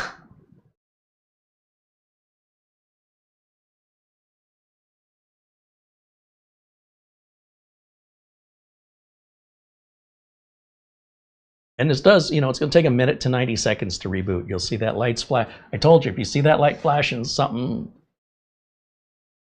it's in the middle of doing something you don't normally see very often. So that's an alert. If you just walk in one day and you see that light flashing, something ain't right.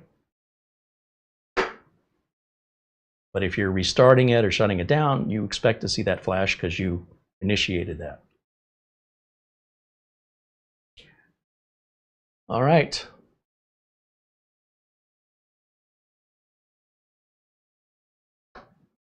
Andy says corporations are naturally greedy.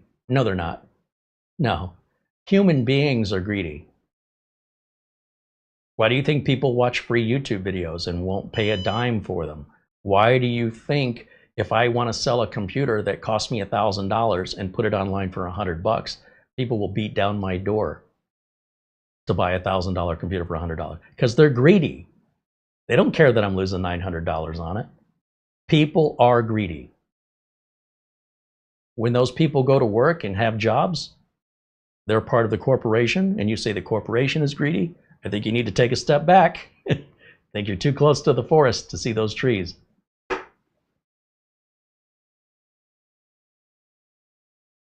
Not everybody is greedy, but it's very, very common. And I just assume it until people prove otherwise. I know our members aren't greedy people, but I do know the vast majority of our viewers are not members. That doesn't necessarily mean they're greedy, but on the other hand, they're not generous. There's always exceptions, and I'm teasing, but I certainly, I can tell you that with the way YouTube's going, without members, man, this just doesn't work anymore. So thank you so much for being members.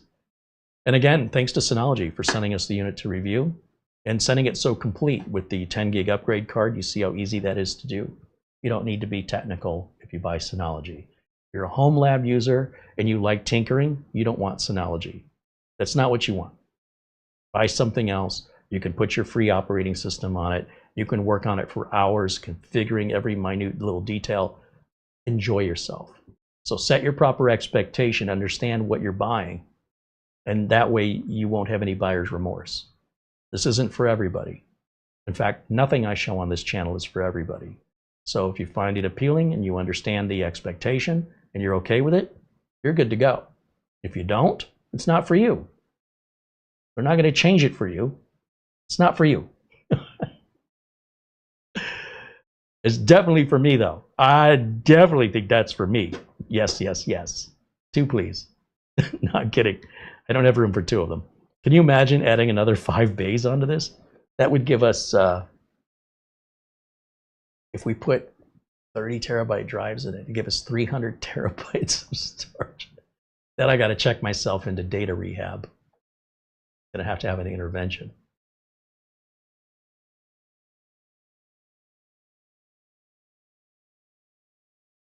Bajan Guy says, great stream as always. Thank you. Jim Kenny says he uses an external SSD for a local backup and iDrive for the cloud. Fantastic. You know, as long as you have a certain amount of data that works, that's great. When you start dealing in business and you have multiple employees and you deal with literally millions of folders and files, it will be a while if you're doing it that way. But it doesn't matter how you do it so long as you're doing it. That's the important thing. I'm not going to be critical of anybody's backup process. So long as you've got a backup, you're okay in my book, because you're doing better than 90% of the end users out there. Even if you don't take it off site, you're still better than 90% of home computer users. 90%. Shop Persian Rugs joining us here right at the end. Good to see you. Thank you for stopping in and saying hello. That's going to wrap it up for our show for today.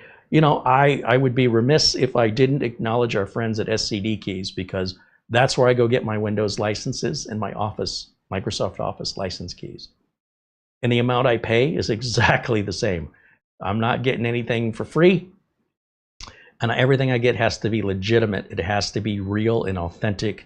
It can't be, you know, some like enterprise key or stolen key. I need support. They can't just take my money and never talk to me again.